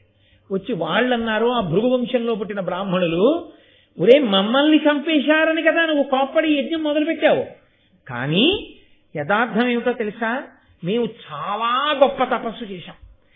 ఎంత తపస్సు చేశామో ఆ తపస్సు వలన మా ఆయుర్దాయం అంత పెరుగుతోంది. మాకు వైరాగ్యం వచ్చింది, ఈ శరీరం పడిపోతే బాగుండనిపించింది, మా తపస్సుకే ఆయుర్దాయం పెరుగుతోంది. మమ్మల్ని మేం చంపుకుంటే ఆత్మహత్య, ఎలాగో అలా ఈ శరీరం వదిలేద్దామని రాజు ద్రవ్యం అడిగినా మాకు దాని మీద ఆసక్తి లేకపోయినా భూమిలో దాచాం. ఆ రాజకుమారులు వచ్చి ఆ కోప కారణం చేత మమ్మల్ని చంపేశారు. అమ్మయ్యా అని మేము శరీరాలు విడిచిపెట్టి ఊర్ధ్వలోకాలకు వెళ్ళిపోయాం. వాళ్ళ వలన తప్పేమీ లేదురా, ఎందుకు అనవసరంగా లోకాల్ని పాడు చేస్తానంటావు, కాబట్టి వెంటనే నువ్వు దీన్ని విరమించేసేయి అన్నారు. అంటే ఆయన అన్నాడు, నేను చాలా కోపంతో మొదలుపెట్టాను ఈ యజ్ఞాన్ని, మీకేదో ఆపద జరిగిందని. ఇప్పుడు ఇంత కోపంతో మొదలుపెట్టిన యజ్ఞంలో నేను నా కోపాన్ని ఎక్కడ విడిచిపెట్టను అని అడిగాడు. అదే సామాన్యమైంది కాదు నా కోపం, ఔరుగుడి కోపం అంటే మాటలా, ఎక్కడ విడిచిపెట్టనన్నాడు. నీ యజ్ఞం ఎందుకు మొదలుపెట్టావు, లోకాలని నాశనం చేస్తానండి. లోకాలన్నీ ఎక్కడున్నాయి? నీళ్లల్లో ఉన్నాయి. చతుస్సాగర పర్యంతం కదండి, నీటి మధ్యలో కదా, నీళ్లల్లో ఉన్నాయి. కాబట్టి నువ్వు ఓ పని చేయి, నీ కోపాన్ని పట్టుకెళ్లి సముద్రంలో పడేయి అంటే ఆయన కోపాన్ని పైకి తీసి దాన్ని గుర్రం రూపం ఇచ్చి సముద్రంలో పడేశాడు. అది గుర్రం రూపంలో ఉంటూ ఇప్పటికీ సముద్రంలో అగ్నిహోత్రంగా ఉంటుంది. బడబాగ్ని అగ్నిహోత్ర రూపంలో ఉండి సముద్రపు నీటిని తాగుతూ ఉంటుంది ఔరుగుడి కోపం. కాబట్టి ఆ ఔరుగుడంతటి వాడు ఇలాగే పితృదేవతల మీద ప్రేమ అని చెప్పి యజ్ఞం మొదలుపెట్టి మళ్లీ చెప్తే మధ్యలో ఆపేసి అదిగో ఆ కోపాన్ని తీసుకెళ్లి సముద్రంలో పడేశాడు. ఇప్పటికే అది గుర్రం రూపంలో నీళ్లు తాగుతోంది. కాబట్టి నాయన అటువంటి యజ్ఞం చెయ్యకురా అన్నాడు పరాశరుడితోటి. అంటే పరాశరుడు అన్నాడు, ఔరుగుడు ఆపితే ఆపాడేమో, నా తండ్రి శక్తి మహర్షిని మహానుభావులు నా పినతండ్రుల్ని అంత ఘోరంగా చంపేశాడు కల్మషపాదుడు క్షత్రియుడు, కాబట్టి రాక్షసుడు ఆవహించడం వల్ల చంపాడు కాబట్టి రాక్షసుల్ని చంపేస్తాను అని ఆయన యజ్ఞం మొదలెట్టాడు. ఆయన ఒక్కొక్క రాక్షసుడి పేరు చెప్తుంటే జనమేజయ సర్పయాగంలో సర్పాలు పడిపోయినట్టు ఒక్కొక్క రాక్షసుడు వచ్చి పడిపోతున్నాడు. ఇంతమంది రాక్షసులు పడిపోతుంటే ఆ రాక్షస వంశానికి అంతటికీ కూడా పైన నిలబడినటువంటి వాళ్ళు కొంతమంది ఉన్నారు. రావణ బ్రహ్మకి తాతగారు పులస్త్యుడు. ఆ పులస్త్య బ్రహ్మ, పులహుడు, క్రతువు అనబడేటటువంటి ముగ్గురు మహాపురుషులు కలిసి పరాశరుడు చేస్తున్న యజ్ఞం దగ్గరికి వచ్చారు. ఆ యజ్ఞం దగ్గరికి వచ్చి నిలబడి, ఏమయ్యా ఇలాంటి యజ్ఞం చెయ్యొచ్చా? కోపంతో ఇప్పటికే చాలా మంది రాక్షసులు మరణించారు, ఈశ్వర సృష్టిలో వాళ్ళు కూడా అంతర్భాగం, ఎవరో ఒక రాక్షసుడు ఆవహించి చంపాడు అని ఇలా రాక్షస జాతిని చంపకూడదు, అందున బ్రాహ్మణుడివి ఏమిటి కోపం, బ్రహ్మజ్ఞానిని విడిచిపెట్టేసేయన్నారు. అంటే ఆయన అన్నాడు, మరి నేను ఇప్పుడు ఈ యాగాగ్నిని ఎక్కడ పడైను అన్నాడు. అంటే వాళ్ళు అన్నారు, దీన్ని ఎత్తి హిమాలయ పర్వతాల దగ్గర పారాయన్నారు. ఆయన వెంటనే అగ్నిహోత్రాన్ని హిమాలయాల దగ్గరికి విసిరాడు. ఆ అగ్ని పూర్ణాహుతి చేసి యాగం పూర్తయిన అగ్ని కాదు కాబట్టి అది అప్పటి నుంచి ఇప్పటి వరకు హిమాలయాల పక్కన పడి ఉండి అది పర్వదినాలలో మాత్రం తీగల్ని, రాళ్లని, పొదల్ని తింటూ ఉంటుంది. అది ఇప్పటికీ పరాశర మహర్షి యొక్క పరాశర మహర్షి అసంపూర్ణంగా విడిచిపెట్టిన యాగాగ్ని హిమాలయాల పక్కన పడి ఉంటుంది. ఔరువుడి యొక్క కోపాగ్ని సముద్రం మధ్యలో గుర్రం రూపంలో పడుంది. ఇంతటి మహానుభావులయ్యా వశిష్ఠ మహర్షి అంటే, వశిష్ఠ మహర్షి సంతానం అంటే అలాంటి వాళ్ళు. ఇంకా ఎంతని చెప్పను, చెప్తే దానికి తరగడం అన్నది లేదు. కాబట్టి పురోహితుల వలన మీ వంశంలో వాళ్ళు ఇలా సంతానాల్ని కూడా కన్నారు. పురోహితుడిని ఎదురు పెట్టుకుని అదిగో తపతిని స్వీకరించాడు సంవరణుడు. ఆ తపతి వంశంలో పుట్టాడు, ఆ తపతికి పుట్టాడు కురు. ఆ కురు వంశంలో వచ్చిన వాళ్ళు మీరు, కాబట్టి మీకు కౌరవులని పేరు. కాబట్టి మీకు ఉండద్దు పురోహితుడు.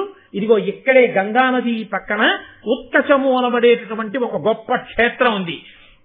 ఆ క్షేత్రంలో తపస్సు చేస్తున్నాడు ధౌమ్యుడు అనబడేటటువంటి మహర్షి. ఆయన సామాన్యుడు కాడు, కాబట్టి వెళ్లి ఆయన్ని పురోహితుడుగా వరించండి. ఇంతకీ ఇదంతా ఎందుకు చెప్పాను? పురోహితుడు అన్నవాడు ఎంత ముఖ్యమో అని కదా మొదలెట్టాను మీకు ఈ కథ అంతా అన్నాడు అంగారపర్ణుడు చిత్రరథుడు. కాబట్టి అదిగో ఉత్కచానికి వెళ్లి ధౌమ్యుడిని పురోహితుడుగా వరించండి. ధౌమ్యుడు పురోహితుడైన తర్వాత నీ కథ ఎంత గొప్పగా తిరుగుతుందో చూడండి. ఏం జరగాలి? పురోహితుడుగా దొరకగానే కథ జరగాలంటే ద్రౌపదీదేవి భార్య కావాలి, ద్రుపదుడు మామగారు కావాలి. ద్రుపదుడు మామగారు కాగానే హడిలిపోయి ధృతరాష్ట్ర మహారాజు హస్తినాపురానికి పిలిచి రాజ్యం ఇవ్వాలి. ఇంత కథకి ప్రారంభం ఎక్కడా అంటే సరి అయిన పురోహితుడు దొరకడం.